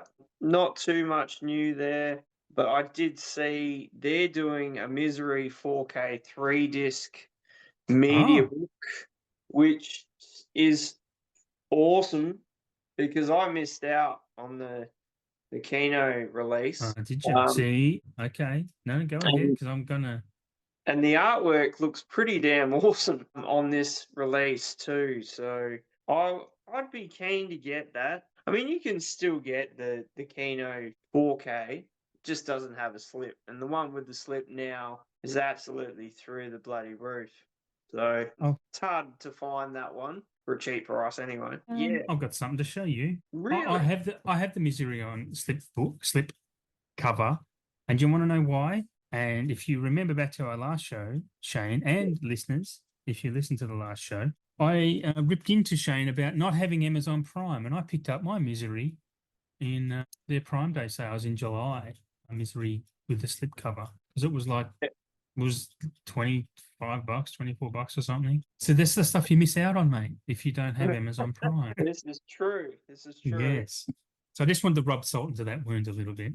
Because you But couldn't. did rip me a new one when they tried to charge me for a sports channel that I Yes. We were didn't going to talk want. about that, weren't we? Yeah, But anyway, so there is that. The next one hasn't actually hit the website yet, and you know how much I love Dawn of the Discs and everything out there. yeah. Mm. But over the top 4K, Cape Light are going to be doing that. Oh, That's okay. that's what I've read. I'm hoping it's true because that would Yeah. be a pretty awesome release. That's Germany pretty gets hard. some great shit that we never ever look. You've got to keep on top of what even on Amazon and that you can look that stuff up. But yeah, it's often German releases, and you just got to be careful with the subtitles as well or the dubbing. But yeah, they get amazing stuff. Italy as well, for that matter. Oh, for sure. Mm. It's, I mean, they have awesome releases, but the problem is for us in Australia, the price is going to be through the nose just because of the conversion rate. Yeah, yeah, yeah. You know, even the pounds to Australian or US to Australian, Our not dollar too is piss bad. weak, man. But when, Oh no, that's bullshit. I mean, one when pound is $2. Like that's fucked up. That's shit. I hate it. oh, it was worse. Yeah, well, Used yeah, to be way higher than that. But yeah, yeah, yeah. yeah, it's what you do if you really want something. Well, exactly, exactly. It's turning into a game of I've really got to love this movie to bother buying it. Well, that's it. I mean, I think I've gone on about it a bit already, and I know you have as well. But that never-ending story set, as Mm, awesome as it is mm. just not one that I could ever Yeah, justify paying $250 for, it's even though bananas. the book is the size of the book and it's got Yep. the emblem on it and it's leather bound and blah blah blah blah. That's amazing, but Where the fuck are you going to put it? well, that's one thing. Yeah. And it's got like what 4 cuts of the film. I can't Mm. justify that much money Nah, on me either. No. one film. I just can't. It's hard enough when you get up there around 60 or $70 to justify for a film, but and you get some art cards with it. Yeah, no, I agree. It's a selling point, Adam. Art cards are selling points. An art card has never made me, oh, I want to buy that movie because it has a cardboard image of something that's in the film. Like, has anyone ever brought a film because it has art cards like that? Ever? I don't I think mean, it's ever happened. It's absolute token bullshit, and I will die on that hill screaming it from the rooftops. If I, anyone has, please message me and tell me, yes, I brought a movie. I'm not going to say you're crazy or shit on you for it. I just want to know if you have, because I can't imagine a reason why anyone would, I especially know at the premium prices. back in the day, it would have been quite cool because no one else would have Mm, been doing it back then. I know there's certain releases, even on DVD, there might have been like an art card or two in there, yeah, and that was cool. but I think now if you're going to be paying $150 plus for a deluxe set of anything, Yeah. there would want to be something pretty good in there. Yeah. Not a fucking art card. Yeah. I personally don't get it anyway. But that's all for Cape Light for this month. What is Okey-dokey. next on your list, Adam? Kino Lorber is next. And okay, so I've got some things in here that are interesting. Some I can't remember why I've written them down because, again, I only write down the stuff that interests me. And the Kino have a lot of releases, Blu-ray Oh, TV and it's out 4Ks of anyway. control. The first one I've written down is April Fool's Day, which I think is a horror film from memory. Yeah. And that looked interesting, so I wrote that down. The next one is Body Parts, Yeah. which does look pretty cool. The next one I thought was interesting. They're doing their version of Orca, the killer whale, which we had recently released. Speaking of Studio Mhm. Canal, Yep. that was a recent release here in Australia. They are doing God's work and doing Uncle Buck in 4K, which is awesome. One of John Candy's best films, Uncle Buck. They're also doing, frankly, the pretty average Denzel Washington and Angelina Jolie, The Bone Collector. I remember watching that back in the day on VHS, and that was not a great film. It was like a tentpole title, but wasn't that great. Yeah. Do you remember that? I've got that. Do you have that? I'm actually excited to get that one. I'm just shitting on your dreams here. You're just dumping all over, and I'm just sitting going, I like that one. Hey, man, you'll probably watch Maltese Falcon and go, this is shit. But yeah, that's all good. We like what we like. I just remember thinking this isn't that great. But again, I was probably 17. I don't know how old. What year did this even come out? That Late was 90s? Mid to late 90s? this is before Angelina Jolie really was breaking out. She was still doing roles that It was Interrupted, though, right? It was after her Oscar. Did she win for Girl Interrupted? I know she was at least nominated. It was after that. It was definitely after that. She was on her way up. 9, maybe. Yeah. Anyway, I watched it. I was older than 17, but yeah, I remember just going, yeah, whatever. The next one is a big one, which is a very good, bad movie. And I'm actually keen to get this, is Dante's Peak, Pierce Brosnan volcano movie. Yeah, actually kind of keen to see that. Was during his the middle of his Bondian run, which was my favorite Bondian run. I like Pierce Brosnan as Bond. And the last one is Graveyard Shift, which is I can't remember much about that now too, but I've written it down. I should start putting notes next to these titles when I write them down. But the Stephen King short story collection. Yeah, that's rings a bell. I was going to say that, but I didn't want to sound like more of an idiot than I already do. Well, that's the only Graveyard Shift I can think of. Yeah, and that's I'm just looking it up in IMDb. In a very old textile mill with a serious rat infestation, deadly accidents start happening, but the corrupt foreman continues to put his workers in danger until they discover a horrifying secret deep in the basement. Yeah, right. It's Stephen King and John Esposito. Yeah, hasn't got any actors really that. Brad Dourif's in it. Brad Dourif was in everything at that point in time, but he's the only one I recognise. But that's it for Kino. Anything you want to talk about there? I would get quite a few of them. I'm surprised you didn't mention Sea of Love, though. Yeah, that's the Pacino one, right? Is that Susan Sarandon in it as well? No, Ellen Barkin. Okay. Oh, yes, that's right. Yeah, okay. I don't know why I mixed them up. Well, I've never seen Sea of Love, and those I have a vibe about those mid-career Pacinos. It just doesn't interest me. I didn't even get the erotic thriller. No, I'm a prude. I go to church, so I can't watch that. No.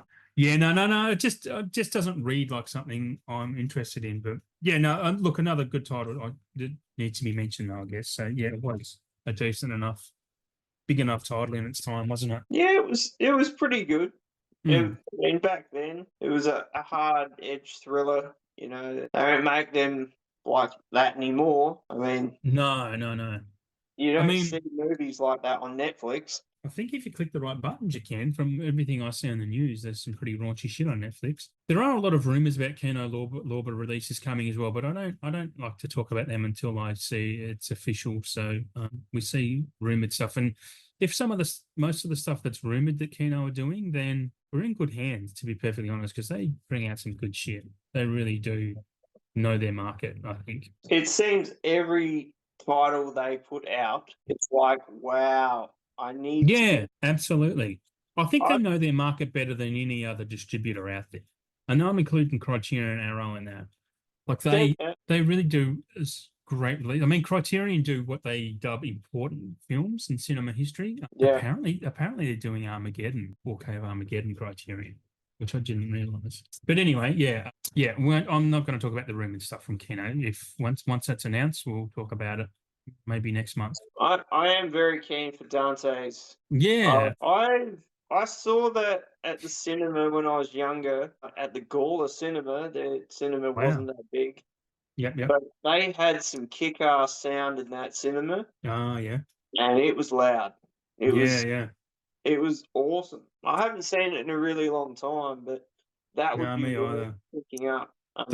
Those 90s trash action films with like they're the best. Like it's like that's going to be what the vibe of the 90s is, like the vibe of the 80s horrors and stuff. Like the 90s has its vibe with those trash action films, and that's Dante's Peak is one of them. And I reckon if they follow it up with Tommy Lee Jones' Volcano, I Yes. think that would Yeah. be great. Yeah. If we get won't it be great if we get well, this might come later, but a Deep Impact and an Armageddon 4K at the same time as well. Like we've got those releases. Like a I mean, double header, a double steelbook, a yeah, double box set.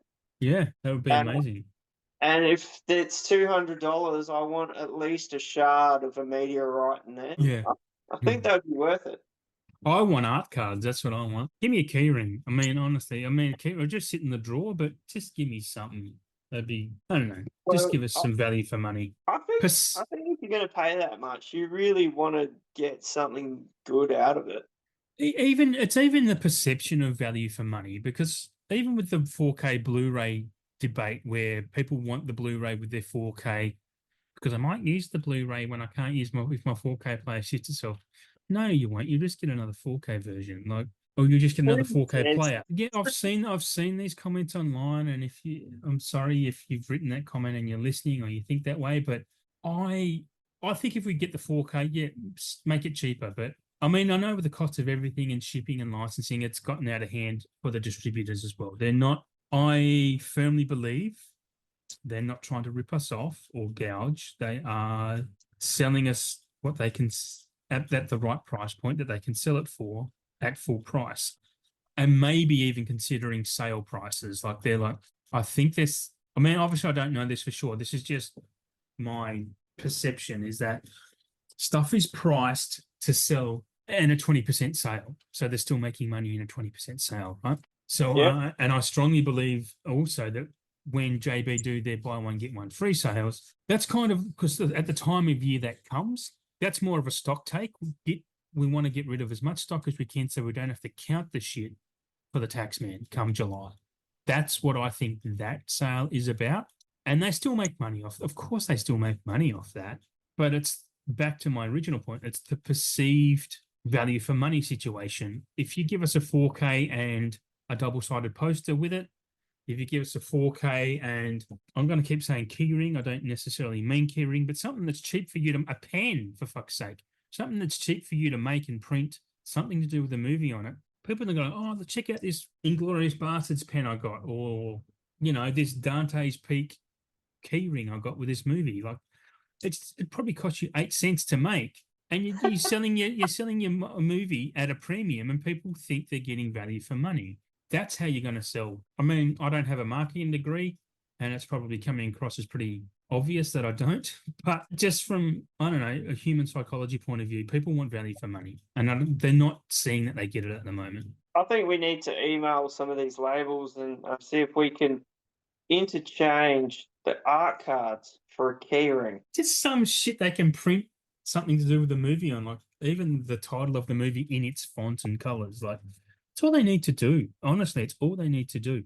Give us a poster. Give us something. Like, I'm not even saying that a lot of the shit we get is overpriced. I don't necessarily think it is. It's just that if you're not going to start including the Blu-ray, just give us something else, and people will be happy. They'll shut up. They won't care if they get the Blu-ray. They just won't. They just won't. I think we need to go back to the 80s, Adam, when they included a yo-yo with the name on that'd be cool. Yo-yo.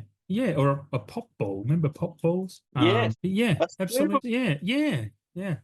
Because we like that. We remember these things. We like collapsible cups and, pens that had liquid in them and you could do Yeah, it upside down and something would move yeah. in it, and it's like, they don't do any of that anymore.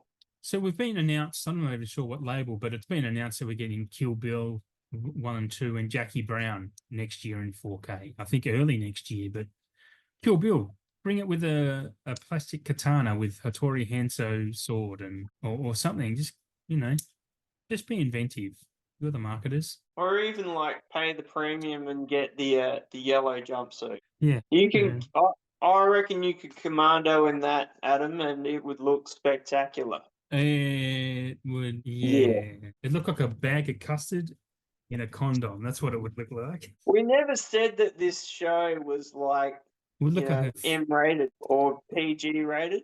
no, there's no rating. It would probably look like a frog sitting on the edge of a building. That's what it would look like. But they keep putting us on the air, so we just keep talking, and it's fine. Well, yeah, they don't have a choice. You just upload whatever we want, apparently.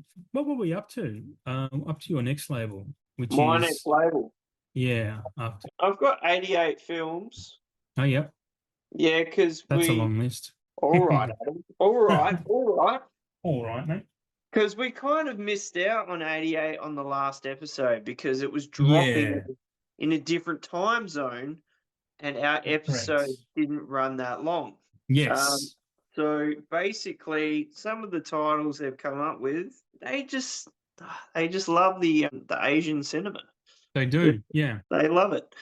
So we've got Love Unto Waste, Love and Crime, Rouge, Haunted House of Horror, and my personal favorite of this whole list and drop, Story of a Cloistered Nun. Oh, okay. That's worth getting, Adam. Is that good? Or I don't know.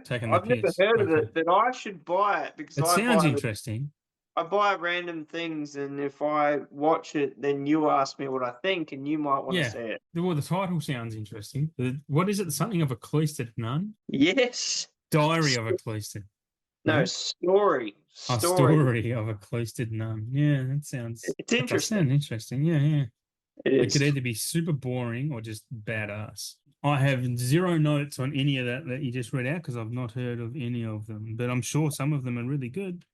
They would have to be. They wouldn't have put them out if they weren't. So, well, yeah. I don't know if I believe that, but yeah, by law of averages, some of them have to be good. I'm going with the one that has nun in it. Is she a hot nun? Is she like Sydney Sweeney, an immaculate style nun? I'm still yet to see that. I know you've said it's really good. I haven't said that, but I have not said that.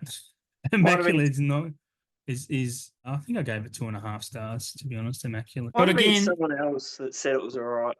Yeah, it's a modern horror, man. Modern horror doesn't do it for me that much. Like, it's not the latest modern horror I saw this year is probably Abigail. Abigail, I quite liked. It was good. Maybe it was Abigail you were telling me about. I know there was one. I kind of remember that. Yeah, Abigail is good. Onto Umbrella. Hit me. Because they've had, I won't get to the 2025 announcement. That interests me, but they're doing Hardware, which I don't really know that, but it did look interesting. You would know Hardware better than me, surely. I jumped on Hardware like a house fire, and there was screaming children in there. I would pull them out to safety. I've wanted that film since a long time. I saw it on VHS when I was a child. Probably scarred me forever. I remember it being very red, a very red film. Yeah. And I've always wanted a copy of it, and it's near impossible until now to actually get it for a decent price. Like, there weren't many kicking about. A couple Euro people did it on Blu-ray. Okay. Jesus. And the last release was a 4K scan. So okay, that was a few years ago. But for Umbrella to put this one out, hats off to them. It's pretty huge. They do put out some. I don't want to use the word, so I won't. They put out some stuff. That's reject stuff. It feels like stuff that is, like you said, forgotten about, and the major labels don't want to release it because they just don't know the market for it. Maybe, so they're brave enough to put it out and go, no, there's a market for this. This is a cult enough film. And just reading about this says the head of a cyborg reactivates, rebuilds itself, and goes on a violent rampage in a Space Marine's girlfriend's apartment. Sounds fucking weird, and it has Iggy Pop in it. and Yeah, Lemmy yeah, of all people. It's yeah. very, very different cast. But anyway, Mac McDonald, which is cool because he's the captain from Red Dwarf. So that's exciting. Yeah, you've not seen Red Dwarf because you are missing out. The next one from Umbrella is Suburban Mayhem. That looked pretty cool. Again, one of those ones don't know anything about. Tell us about it, Shane. Tell us. I think I've seen it maybe once, and So it's not that old.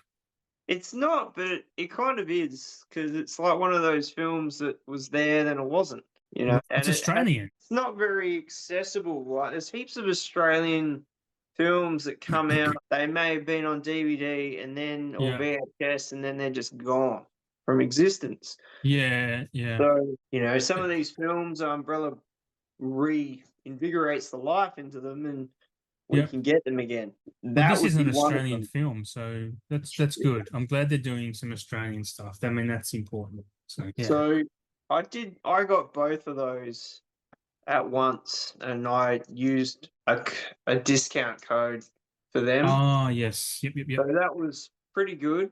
So I'm keen to check Suburban out. I mean, there's a heap of other films that I'm hoping they do maybe next year. Black Rock is one of them. Yep. I remember Black Rock. Idiot Box. Yes, Idiot Box would be a must. They have to do Idiot Box. No one Yeah, else could do that film but Umbrella. I think you're right. I mean, I've got it on DVD, and I Ah, paid a little bit for that. I yeah. don't care because it was worth it. But even like you haven't got to it yet. Metal Skin. That's a great film. Talk about Metal Skin because I don't have it on here at all. I didn't note it at all. Well, you do now. I just Yeah. slotted it in there. Yeah, well, that's right. Do it. Let's hear it. So that's a cool one. Anything old school Ben Mendelsohn is good. Oh, Ben Mendelsohn is such a great actor, dude. He He is. absolutely is. Yeah, Dead like he, set. yeah, his dad's a Nobel Prize winner. Did you know that? I did not. I did not know He that. he talks about it on. I saw a clip of him on. It might have been Seth Meyers. It was one of those late night shows, and he's talking about his dad being a. And they thought he was full of shit, like because his dad was a very very smart man. But yeah, no, it's all true because I googled it, and yeah, it was neuroscience or something. That's pretty smart. Yeah, yeah, yeah. And I thought that was really interesting. But Metal Skin, yeah, it looks interesting. The next one I have, the last one, well, it's not the last one. The Moo Guy is, that's how I'm pronouncing it. I'm not sure, but it looks pretty interesting, to be perfectly honest. I mean, all of these movies that I've mentioned so far are ranked in the high fives on IMDb, so 5.7 through to 5.9. So, I mean, that's okay. It should say it's good enough movie, but the Moo Guy looks pretty good, to be perfectly honest. So, and they have been doing, and I'm not mentioning all of them, but they have been doing their 2025 announcements, basically not when they're going to be released, but basically announcing that they have the license to release these films and they will be next year. There are some exciting ones among here, though. One that I am excited for that I had never heard of, but have since heard of since The Salute of the Jugger with, what's his face? Rutger Hauer. Looks cool as shit. This movie looks cool as shit. So yeah, that might be something I grab. Not might, I probably will be at some point. The next one is a good one because this is a Criterion Collection set already as well. But they're doing the Infernal Affairs trilogy, which is the South Korean movies, which is what The Departed is based off. Yep. And these are really good movies. I mean, I'll go back. I've only seen the first one. It's really, really good. I do think The Departed is better. And the rest of the trilogy has been something on my watch list. So I might wait for this to come out next year and check them all out. So that's an exciting announcement. I'm not sure if you don't watch Asian cinema much, do you? So you wouldn't have seen them, but Not too much. I mean, I reckon there's more Asian cinema out there than anything else. So many yeah, absolutely. Yeah. It's insane. You'll never catch up, but you just got to do the big titles. So honestly, South Korea and Japan do it. I haven't gotten into a lot of Chinese cinema. I have some in my collection to watch, but South Korea and Japan just make some spectacular stuff, especially a certain few directors. Anyway, and the next one that I've written down, which is exciting for a lot of Australians in 4K as well, BMX Bandits and Two Hands. Two Hands is a massive one. BMX Bandits also too, because I'm not even sure they'd ever got a Blu-ray at least, did it? So to get that in 4K, that's Nicole Kidman's. I remember, and maybe it might have been our first show. You were talking about Rad, and I was thinking Yeah. I mixed that up with BMX Bandits. So that's come full circle and helped us out. So yeah, Nicole Kidman's first film. I'd say that It's the first film. I'd say the Salute of the Jugger, BMX Bandits, Two Hands, those three are just they'll be instant pre-orders for me. Like, Yeah, I mean, I have Two Hands on Blu-ray, so and I've not seen that since the 90s. I need to watch that again, and it has been on my to watch again list for quite a bit, but I do want to watch that again before I even consider buying that on 4K. BMX Bandits, I doubt I'll ever get on 4K. Salute of the Jugger, a big chance. Infernal Affairs, that's my instant purchase. That's my instant pre-order. And I am going to suggest it should be yours too. But anyway, because they are very good films. That's the BMX Bandits Umbrella did put that out on Blu-ray. Did they? Okay, gotcha. Yeah, I That don't was know. It was a few years ago. I picked that up, and as soon as I saw it, I bought it. So I'm like, Oh, no way, as if oh, BMX Bandits has got a Blu-ray release, yeah, and yeah, yeah. it's pure childhood fun. Yeah, yeah.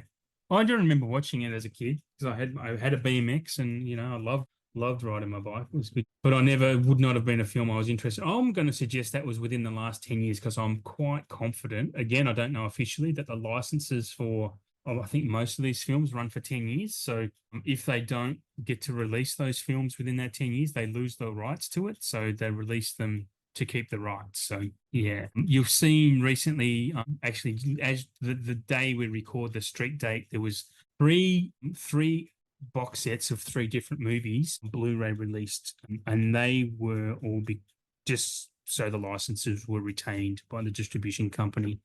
One of them was Harold and Maude, Clue, and Mummy Dearest, and there was a couple of others that have Beavis and Butthead, something else, and then there's Red Eye, the Peacemaker. Anyway, that's just they're released, and I love those releases. I actually love movies that come out in a multi-pack like that, even if there's one in there you don't know or don't want to watch. I think it's just I don't know. I've always loved box sets, and harkening back to what I was talking about however not long ago, it feels like value for money. You're getting three films for $35. Like it's hard to go wrong, especially on Blu-ray. Like, why wouldn't you want that?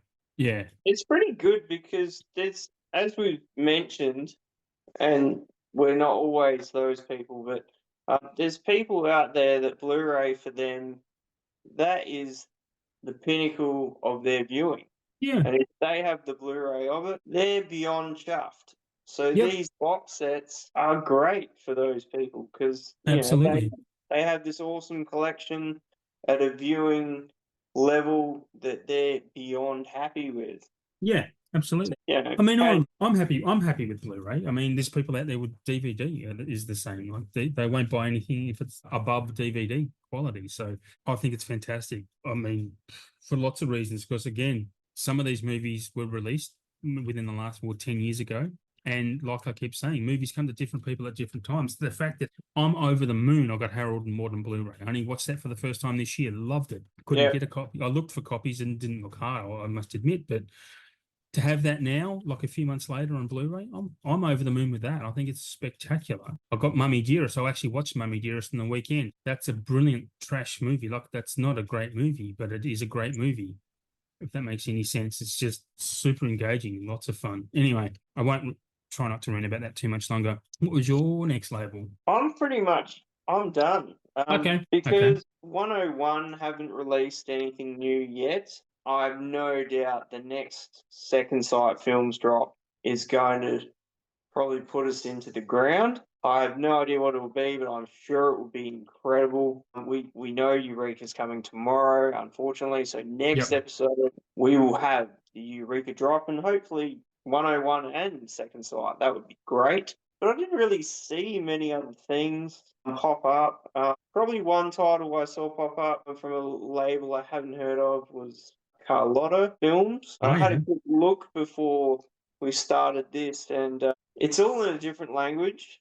And I was trying to find something English, couldn't find anything. But I did see that they're bringing out Itchy the Killer in 4K in a big box. Okay. And I did see someone else posting that a 4K of that was coming out, which is pretty cool because I don't Yeah. think that I know that's had plenty of DVD releases, probably had a couple Blu-rays here and there, but I would totally get that because that is a great film. Yeah, I've not heard of that. That's one of those ones I've not heard of. So yeah. Okay. Itchy the Killer. Yeah, look it up. It's Yeah. ultra violent and great. Okay. Well, it's going to be the Adam Show for a little bit because I've still got a few labels to talk about and some other announcements from that are coming to Australia, Feb, March, and possibly April. So from Viavision, I'll keep it brief. So Viavision are doing In Dreams, which is an Annette Bening, Aidan Quinn, Stephen Ray, and Robert Downey Jr. film. I remember that from back in the day, so it looked interesting. They're actually also releasing the Ren and Stimpy show, which I thought was absolutely worth mentioning. I think on DVD, maybe Blu-ray, I can't remember. I think that's pretty sweet. They're doing Ren and Stimpy. That could be a grab for me, to be honest. And obviously the big one, as we're talking about, is they're also doing their version of The Keep. Not sure it's on their website to buy at the moment as we record, but it's on its way. And now this is that FOMO as a mofo. I'm probably going to have to fucking get it, right? So whatever. Well, honestly, it's going to depend on what they're trying to charge in reality. So if they're going to be wankers and try and charge $150, well, maybe 110 like they have with The Bridge Too Far for a 4K, then they can get fucked. Honestly, I'm just not going to do that for a film I've not seen. And yeah, if it's 40, cool, I'll grab that. Anyway, Mad Men haven't announced anything and when I last checked, so I'm not going to delve into that too much. BFI, the British Film Institute, are doing 4K versions of Yojimbo and Sanjuro, the Kurosawa films, and also another Kurosawa film called High and Low, which is one I don't own but do want to get that. And they're also doing Kronos as well, which I think I may have mentioned before in a previous episode. I can't remember. But Kronos, I'll probably get the BFI rather than the Criterion of that, actually. I do, though, want to talk about, well, look, I want to talk about the Warner announcements because there was a leak from Warner. Someone leaked a screen grab of what Warner are releasing in 2025, but I want to talk about that in a minute. I want to talk about what is coming to Australia, and I'm going to probably repeat what I mentioned last episode. So if you didn't listen to the last episode, cool. If you can't remember it, cooler. So February back catalogue 4K, we're getting Serenity, Waterworld, Jewel, Do the Right Thing, Ferris Bueller's Day Off in March. It's not 100% cemented, but it looks like we're going to get Vanilla Sky, Super 8, which I'm super keen about. I love Super 8. The Graduate, which, of course, because I only picked that up on Blu-ray within the last 6 months. And The Graduate is a fantastic film. Your Uncle Dustin is in that. Oh, yeah. Pretty, and he's Dustin Hoffman, honestly, man, one of the greatest actors. I mean, probably saying nothing new to a lot of people, but Dustin Hoffman was such a fantastic actor, man. One of the greatest of all time. Also, Pretty in Pink, Planes, Trains, and Automobiles. I think they're probably going to be separate releases rather than boxed. In April, very tentative. Watchmen Ultimate Cut, Deep Impact. We are getting Deep Impact.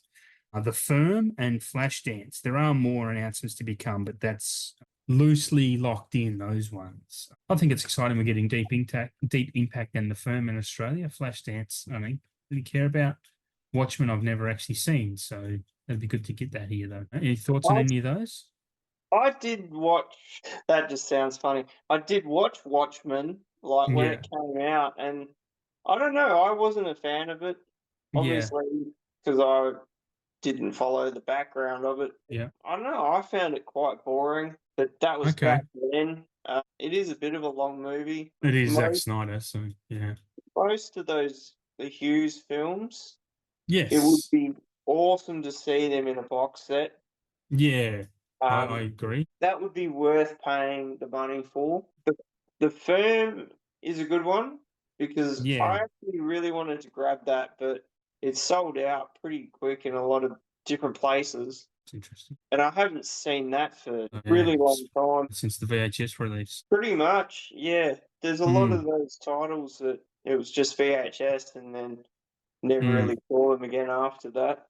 But yeah, the apart from the Paramount leakage that you're about to, Warner. that should be interesting. Yeah, so it's the Warner leakage. So we already know we're getting Seven in January 7, which I've mentioned before, Over the Moon About. It's my Mm. top ten film for me of all time. Constantine, they've announced Amadeus, which is a big one for me. Amadeus is an amazing movie. I can't wait to see that in 4K. Lethal Weapon, we're getting number one. I was speculating. I mean, I couldn't remember vaguely. We were supposed to be getting all four of those in 4K because Lethal Weapon 5 is coming out, but they might be just testing the waters tentatively with releasing the first one to see what sales are like. But I reckon we'll get all four of those at some point in time. And also the James Bond collection in the Sean Connery, James Bond collection. And that's supposed to be coming out in June, early June next year. That is a big deal. They will hopefully do them justice. Also, there's additional anniversary. So the Philadelphia Story, which is a movie I actually mentioned earlier, that's coming to 4K. Mad Max Beyond Thunderdome. I don't know if these are re-releases or stuff that, because The Color Purple is already in 4K. Final Destination in 4K would be very interesting. Miss Yeah. Congeniality, whatever about that. Also Friday in 4K. That'd be cool. I don't. The Friday is really good. The Goonies is also listed here, so I don't know whether that means they're re-releasing a 4K of that because there's so many different versions of that already, steel books Mm. and all. The Shining, I've got The Shining on 4K, and Batman Begins, which again, they must be just be doing special box sets of those. Is all I can imagine. So okay, so in quarter three, they've got other new to 4K. Oh, sorry, did you want to talk about any of those before I move on? Well, there's a lot of them that have already come out, like on 4K. Yeah, that's the anniversary ones. Absolutely, yeah, I agree. So I think they must be doing something special with those, maybe. Yeah, maybe. I mean, I did pick up the Dark Knight trilogy. I got that in a box set. So Yeah, sometimes, like we've talked about, the initial release, or they used to, it would come out with a 4K and a Blu-ray, and then they'd reissue it, and it would just be a 4K only, like a bare yeah. bones release. But yeah, very strange. Some of those. Constantine's a good one because I nearly brought Did I buy Constantine? I can't even remember if I brought it, but I was going to, and I thought I didn't. I'm just going to have to look at my list to see if I ended up buying Constantine now. Because getting that in 4K, I probably have because now it's of course coming in fucking 4K. Yep, yeah, I've got the Blu-ray, of course. So we'll get a 4K of that. Excellent. I don't think I'll bother upgrading. Amadeus is a must for me. Seven is a must. Lethal Weapon will be a must in the Sean Connery collection for sure. Yeah, Out of the others, I mean, I own the Philadelphia Story on Criterion. That's a spectacular movie. Batman Begins, own it. Goonies, own it. I've owned the Goonies on every format. The Shining, have it. Friday would be a get for me, actually. I wouldn't mind getting Friday. I like that movie. It's stupid fun. For quarter three and four, so we've got the first new to 4K Boogie Nights. I have a Blu-ray of that. I love Boogie Nights. I don't know whether it's worth an upgrade to 4K at this point in my life. The Conjuring, I won't bother with upgrading. Corpse Bride, possibly. A Nightmare on Elm Street collection. So that might be the entire collection we're getting in 4K. So yeah, that will be a big one. I will not buy that because I have, of course, this year, I think last Prime Day sale, got the Blu-ray box set of that. So fuck all y'all. I'll stick with that.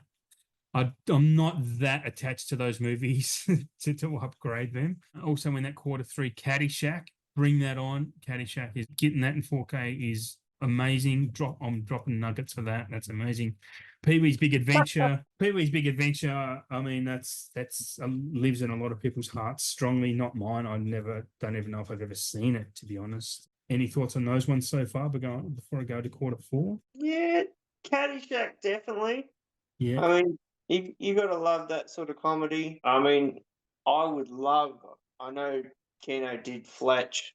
And Fletch lives in yeah, 2K scans. We could never have too much Fletch in a 4K scan. That would be wild. But yeah, pretty good titles. I mean, it's good yeah. for Australia to get this sort of stuff because we miss out on so many things and we end up having to import them. So Yeah, absolutely. That's and again, I mean, Warner have a lot of titles that we do seem to get late. So yeah, I know we're just always behind the eight ball for some of these releases, or yeah, we just don't get them at all. Or like yeah, Goonies, Goonies came out. Yeah, so like we got the Goonies now, but it was overseas years ago. Like, I picked it up, I think through Zavi. Yeah. I got both of those Yeah. through Zavi, and that was easily 3 years ago. Yeah, yeah. I So imported mine too. So I think yeah. Anyway, sorry, buddy. so we're just so behind the eight ball sometimes with actually getting these sorts of Well, movies, and then it's a big deal when we do get them, and for yeah. people that don't import stuff like we do, and, we're nutters Mm. about it, it's a big deal for them, but, to us, it's like, "Oh, I've already got that." Yeah, that's the thing. There are issues with the timing of it because collectors, who anyone listening to this show is obviously a collector, and obviously we are. If we love the movie, yeah, we've already imported it by now. So, and that's the thing. Like the average collector, which there aren't many just average collectors anymore, are there? I mean, they release them and they're probably cutting themselves out of the market a bit. So I don't know whether it's a logistics thing or whether it's a licensing thing. We can't get those releases at the same time, but it'd be handy if we could. It'd be very handy if we could. So yeah, I kind of lost my train of thought there because other things in my mind. Yeah, anyway, it'd be nice. And I just saw recently, speaking of the Goonies, they had a nice steelbook which I refrained from buying because I do own the Goonies already in several formats. It was an amazing steelbook of it, and it was pretty cheap, going pretty cheap on Amazon, I think. And I was just like, nah, I've already got it. I'd rather buy a film I don't have. So yeah. Anyway, under quarter four. Quarter four has a funny as fuck entry. I think is Green Lantern. People fucking hate that movie. Why would they release that on 4K? That is weird. Yeah. That's Green, weird, right? That's weird, right? Out the of ultimate Reynolds roast. You yeah, were in Green Lantern. We're yeah, done. yeah. But I mean, of all the films that Warner have in their catalog to put on 4K, why the Green Lantern? It spins me out. Like it makes zero sense. Anyway, they're also doing Blade trilogy, so the entire trilogy of Blade is coming. I think that's pretty damn cool. That is good. Yeah, and also One Flew Over the Cuckoo's Nest. I own a Blu-ray. I don't know if it's going to be worth upgrading to 4K, but happy for me anyway. But that's a great release to get on 4K. Have you seen that? Oh yeah, we studied that in school, Oh, really? and I've just gone with it over the Yeah, years. Like, I only watched that probably might have been earlier this year. yeah, I just had to watch it again. I mean, it's just such a classic film and story, mm, and the performances just all round yeah. fantastic. I've seen it once, and that would have been back when I was obviously like young, probably in the 90s, and I loved it then, and I own the Blu-ray and it's on my must-watch again soon list, and I just haven't gotten there. But I remember watching it and thinking at the end, seeing the credits, and like, that was fucking Danny DeVito. I couldn't believe it. Could not Yeah, believe that was Danny DeVito. And I'm one of the world's biggest Danny DeVito fans. I love that guy for everything that he stands for, everything he is. Like he's such a talented dude, just a very talented person. Even behind the camera when he directs, I love the movies he directs. Like he just has some type of vibe and tone to what he does. I think he deserved an Oscar nomination for friggin' playing the Penguin. Like he's astonishing in that film, and it's completely overlooked at how good he is in that movie. Yeah. Anyway, One Flew Over the Cuckoo's Nest, good film, hot take. And their additional anniversaries that they're probably releasing 4Ks on. I'm going to announce Dog Day Afternoon first because I have recently gotten a Blu-ray of that, so naturally we're going to get a 4K of that. That's coming out next December. And that's a great movie. Dog Day Afternoon is insanely good. The next one, probably the second most one I'm excited about, but I did get a Blu-ray of that this year as well, of course, is Barry Lyndon, but I will upgrade Barry Lyndon. That's a Stanley Kubrick film. That's a fantastic movie. Have you ever seen that? I haven't. No. No, I don't know that it would be up your alley, to be honest. It's a period piece. It's a Stanley Kubrick film. But it's just a really interesting story about a dude named Barry Lyndon who goes for 3 hours. It's captivating. And the last one is Private Benjamin, which was a massive hit for Goldie Hawn back in the day. So getting that in 4K, I'm actually kind of excited for that, to be honest, because I don't own it on any other format and remember watching that as a kid and really liking it quite a bit. Any thoughts on Private Benjamin? Well, that's never really been too readily available. Like, No, that's what I mean. Yeah. I would totally pick that up because I reckon I have seen it, but a really long time ago. Yeah, I'm in the same boat. Like I will pick it up because you can't get it, and yeah, absolutely worth watching again. Sure. Okay, so that's the Warner releases, the leaked releases, and that's I assume they're going to be releasing more than those, but that's what we have at the moment. So we're going to wrap up. We're going to continue on with this. It has been a long show. We've been going for a hot minute, but thank you for sticking with us. We're going to talk about what we want to come to 4K. Have you got your list prepped? You ready to go? Mate, I've got a stack next to me. Yeah, good. We're only going to do 5, and we'll just keep doing 5 an episode, yeah? Because my Yeah. list keeps growing, so it's growing. My cat just came in and bothered him. I don't know what you want, but... So I might start. I'm going to start first with this one, if that's all right, because you start first with the label. So I'm going to do this one. The very first one I had on my list, which I didn't talk about last month, was Interview with the Vampire. That needs a 4K. I love that film. I love it for its campy goodness. Like Tom and Brad in that film are just superb, and it's just a great film. It's awesome. How that hasn't already had. It's weird. It's weird. It's beyond me. It is weird. Yeah, but I love that. I don't know. I don't even know what I love about that film. It is just the tone and vibe, and just it's all about the vibe, as Dennis Denuto says. It's a great, no, it's just great, and just the overacting and like I said, the campiness of it. It needs a 4K. It would look gorgeous in 4K too. Yeah. Absolutely. Yeah. Over to you. Your next one. Well, going from the top of the stack, Ransom. I like that. That's a good choice. That's a really good choice. I haven't seen that for so long. That's on my watch again soon list too. Like, I picked this up. This is the 15th anniversary of Ransom, so this is quite old now. Yeah, only 15. That's older than that, right? Yeah, oh, well, no, sorry. That copy you have is the 15th anniversary. this Gotcha. is the 15th anniversary of it. It's way older than that. But yeah, I haven't watched this for a while. Me It's a either. great movie. It doesn't matter. Give me back my son. That's all I remember. Pretty And much. it's Ron Howard. Yeah, it's good. It's just a great film. Like Gary Sinise as a Mm, villain, he mm. doesn't play a villain enough. Like No. he's just a badass at it. Yeah.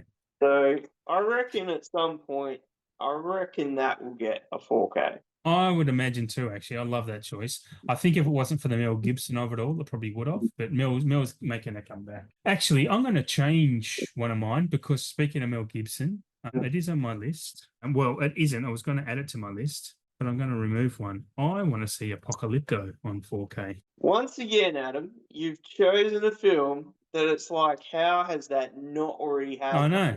Exactly. Apocalypto is a spectacular movie. It will look insanely fucking good in 4K. And again, it's just the Mel Gibson of it all. Like, that's a bonus one. I saw that on my shelves the other day because I was rearranging my shelves. And I'm like, this needs a 4K. And I forgot to add it to my list. And then when you talk about Ransom and Mel Gibson, I've just made that connection. And yep, yeah. It must be coming because We Were Heroes got one. It is. You didn't know that come out on 4K? No, I knew the Patriot did and stuff like that. We Were Soldiers. You talking about We Were Soldiers? We Were Soldiers. Yeah. Sorry, yes. Same vein. Yeah. That has just been like released, like to buy. So yes. Well, the funny thing is that Icon, which is Mel Gibson's company, do their own physical media releases too. I have a few from the UK that I've ordered from Rare Waves and I noticed that Icon, and that Icon logo is on it. So it's the same company. So I can only imagine they're working on an Apocalypto. I really hope they are. I'll be honest. I've never seen Apocalypto. Oh, haven't you? Never. Oh my God. Do you own it? Never. Okay, chase it down. I don't know if you can rent it or if it's even on a streaming service. Figure out how to do torrents. You need to watch it. Apocalypto is a movie. It's pretty much a silent movie, but any language is spoken in like a Aztec or Mayan language.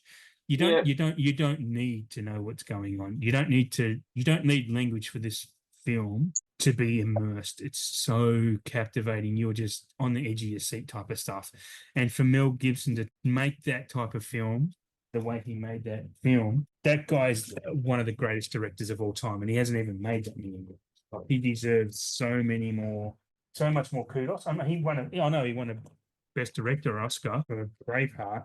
But his other films, he's great. What was the other one he did with Andrew Garfield? What was that called? Only seen that the once too. He goes the Japanese War one, the World War II one. He goes to Japan. Oh my goodness, that's a great. Sorry, Hacksaw Ridge. Yes, that's another great movie. A spectacular movie. I do own that one, and that movie is unbelievable. So yeah, the last act of that is insane. yeah, like the violence in that film it's pretty visceral and just Okay. in your face. Do you have Stan? Yes. Apocalypto's on Stan. After we tune this out, go to work late tomorrow, watch Apocalypto. I'm not joking. It's that good, man. It goes for 2 hours and 20 minutes. It is long, I know that. Yeah. But you will not feel that time. Does not feel like you watching 140 minutes of film. It just zips. I love it so much. I think I've seen it 3 times maybe. And again, now I'm talking about it and falling back in love with it. I want to watch it again now, but I have work tomorrow, so screw that. Also, I have work tomorrow. Yeah. Put it on your list for tomorrow. Honestly, watch it as soon as you can. I can't stress that enough. Sorry. So your next 4K. Well, I'm going to go with Rising Sun. Great choice. Michael Crichton. Yep. I've seen this many times. I reckon I actually saw this at the cinema, and Really? I watched it, I reckon, earlier in the year. And because, I've watched so many 4Ks, it's like, this definitely needs an upgrade. Very good choice. Yeah, Rising Sun was good. Yeah, I like that choice. It's just great performances. It's gritty. High tense, high pressure. Just all in all, so good. I mean, there's not much that he did that wasn't good. Yeah. And Wesley Snipes. I'm not adding this to my list, but I think it makes me think of that same Michael Crichton era where everything he did was made to a movie. Was Indecent Proposal would be another good one. We only watched that not long ago. Did you? Pretty good. Yeah, that's a good movie. Yeah. My next one, I'm just trying to think of which one to cut. Okay, I'm going to cut that one. I'll save that one for next month. But I want to talk about The Cable Guy. I want The Cable Guy so hard. I don't even own a physical copy of that at all, but because even a Blu-ray imported is really expensive. I just never grabbed it when it was released. It's not cheap. No. But The Cable, I mean, I love The Cable Guy. I think it's such an underrated comedy. That was very much maligned in its time, but it's brilliant. I mean, Ben Stiller, again, another underrated director who makes great films all the time. Like when he directs, he makes good shit, Ben Stiller. And it's weird to think that. Yeah. Anyway. There needs to be a Carey box set of those films back then. Oh, yeah. Liar, The Mask, Ace Ventura, just ultimate box of Carey. I wonder if they were all for the same studio, then that's a possibility because you get Dumb and Dumber and the Ace Venturas. I mean, I love Ace Ventura more than Ace Ventura 1. I'm one of those people. I mean, it's just I don't know. I love Ace Ventura 2. It's so stupidly off the wall. That scene with the rhino. That alone. But I even when I park my car, I'll still go like a glove because it's so quotable, that movie. I still say Bumblebee Tuna for no reason, and it's so good. Anyway, Cable Guy. What's your next one? So this one I've been hanging out for like ever. I don't know if it's ever going to happen. Gleaming the Cube. Oh yes. I've heard of that. That's a skating movie, isn't it? Yeah. Christian Slater, Stephen Bell. Yeah. Ultimate, like, 80s awesome skating movie. That has a Criterion release, yeah? This? Yes, that's Criterion. Do you want to know why I know that? Because I watch the Criterion Closet videos on YouTube, and someone was talking about they obviously go through and pick their movies, and they picked up Gleaming the Cube, and they started explaining. I'm like, oh wow, that actually sounds really good. Well, that one, this was just from a cheap shop. I think I paid $5 for this. Oh wow. I think I actually have it on VHS as well. Oh wow, that's awesome. Somewhere, and I did see that Viavision just put out a DVD version of it. Mm-hmm. So obviously there's no Blu-ray kicking around, or I would have bought it by now. Yeah. So I would love to see that get the deluxe treatment. there's so many hidden movies out there that only ever come on DVD, and that's especially 80s movies that need an upgrade. Like there's so many that, yeah, I'd love to have on. Even a Blu-ray would be great. Yeah, that What sounds is cool. on your list, Adam? My next one is I, Robot. I think, Great film. yeah, I, Robot's really, really good. Don't know what more to say about it, to be honest, but I think it would look fantastic in 4K. And it's, yeah, another one of those movies that I need to watch again soon. So many of them are. Every time we talk about movies, or I talk about movies to anyone, I'm like, yeah, no, I put that in. I need to watch that. And I just never fucking do. I'm hopeless. But yeah, I, Robot would be great in 4K. Just, I think for obvious reasons. Hopefully, when we were talking before about digital effects being ruined by 4K. iRobot could be a victim of that, to be perfectly honest. But yeah, Absolutely. yeah. Because they were still kind of tinkering with that sort of effect back then. Well, So yeah, they were, but I also call a bit of bullshit on some of those late 90s, 2000s digital effects. When you look at Jurassic Park, which was effectively made in 1992, yeah, that movie still holds up in 2024 for effects wise. It's seamless. Digital effects. Why the fuck are movies after that not at all? Like, I don't understand why they're so shit and so subject to not being upscaled. I don't get that. Yeah. Anyway, there's no excuse for those films of that time to have shitty effects. But here we are. absolutely not. Oh, what's your next one? Well, this is in my top 10 for sure. Okay. And it's Ghost World. Ghost World. I've heard of that. I have heard of that. This is actually a Criterion release. Ah, Had this imported.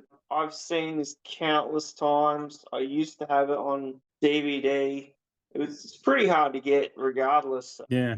But great performances from Scarlett Johansson, Thora Birch, Steve. If you haven't seen it, you I definitely should haven't. check it out. I It's an haven't seen off it. the wall. I don't know. It's like a black comedy, I guess. I Just like that. growing up after school's finished and the big plans that we had to do together, and it just doesn't work out. That's Yeah, all. I'm just looking it up now. So they play a prank on an eccentric middle-aged record collector. One of them befriends him, which causes the girls grief to the friendship. Steve Buscemi. Yeah, okay. Fred Renfrew. Yeah, well, that's kind of actually sounds up my alley, to be honest. I reckon you would really like it. Yeah, okay. Sure, where you would find it. It's not on any streaming service. I've just looked that up. I can't even rent it on iTunes, to be honest. So I don't know. You might have to download it. I don't know what that means, Shane. You have to explain that to me. Download? How dare you speak to me in this tone? I know of no such thing that you speak. What's number one on your list for this evening, Adam? Mine are in no particular order, but you can say it's in number one. We'll say number. Why not? We'll just say they're in order. Castaway. Yes. Yes. How has that not gotten a 4K? That's bananas. Come on. What is It's- holding that up? Like, absolutely. Makes zero sense why that's being held up. I mean, that would look unbelievably stunning. Yeah, in wouldn't it? Yeah, it really would. And for such a big film at the time, and I think it would sell copies. So yeah, I think Castaway would be a valuable addition. Absolutely. Like, I saw that at the cinema when it came out. It was just mind blowing. Like, to see a film like that on the big screen, and just Tom Hanks just going at it. A good double feature with Apocalypto for a long film that's basically a silent film that will absolutely captivate and blow you away. If you like Castaway, you will like Apocalypto just for that aspect alone. There's zero doubt. It won't disappoint you. Yeah. I need to see it for sure. Yeah. The fact that you can, do it. What was your last one before we wrap up? My last one before we wrap up is one I don't own. I've never owned it, and that is Sleepers. Oh, yeah, good choice. Yep. I don't have that either. Yeah. When is it going to come? Like, yeah, that's a fascinating point. I've nearly bought that on Blu-ray overseas many times. Yeah. And didn't happen because I'm waiting for a 4K. Yeah, that's fascinating. And it's just such a great film. Like, the performances are just next level. Yep. Yeah. Wow. So Now that we've talked about all these, maybe someone's listening and it's going to be. Hopefully the right people are listening. Yeah. Right. So this has been, we're not sure how this is going to get edited down, but we've been talking for around 3 hours now. So we might wrap it up. We probably better wrap it up because this is going to take most people a week to listen to on their commutes. So thank you, Sorry, Shane. guys. No. Yeah. Well, yeah. Sorry. Listen to it on 1.5 speed. Maybe you'll get through it, and hopefully you can still understand our ramblings. But you can catch Shane at Blue Relic Hunter on Instagram. Blue Relic Hunter. I'll say that slower so it doesn't sound like I'm swearing. You can catch me at KerbSide Collections, Kerbside _collection, sorry, on Instagram, and also Curb Rider on Letterboxd, if you're interested. Thanks for tuning in. Thanks for listening. And we love having you here and listening to us, I don't know, talk movies, talk shit, and ramble on as two old men I want to do. Remember, we are part of the SPDM crew. You can check out many other awesome podcasts on the channel, and hopefully you do. Until next month, ciao for now. Have a good Christmas and a good New Year, and we'll see you in 2025. 25. Yeah, is alive.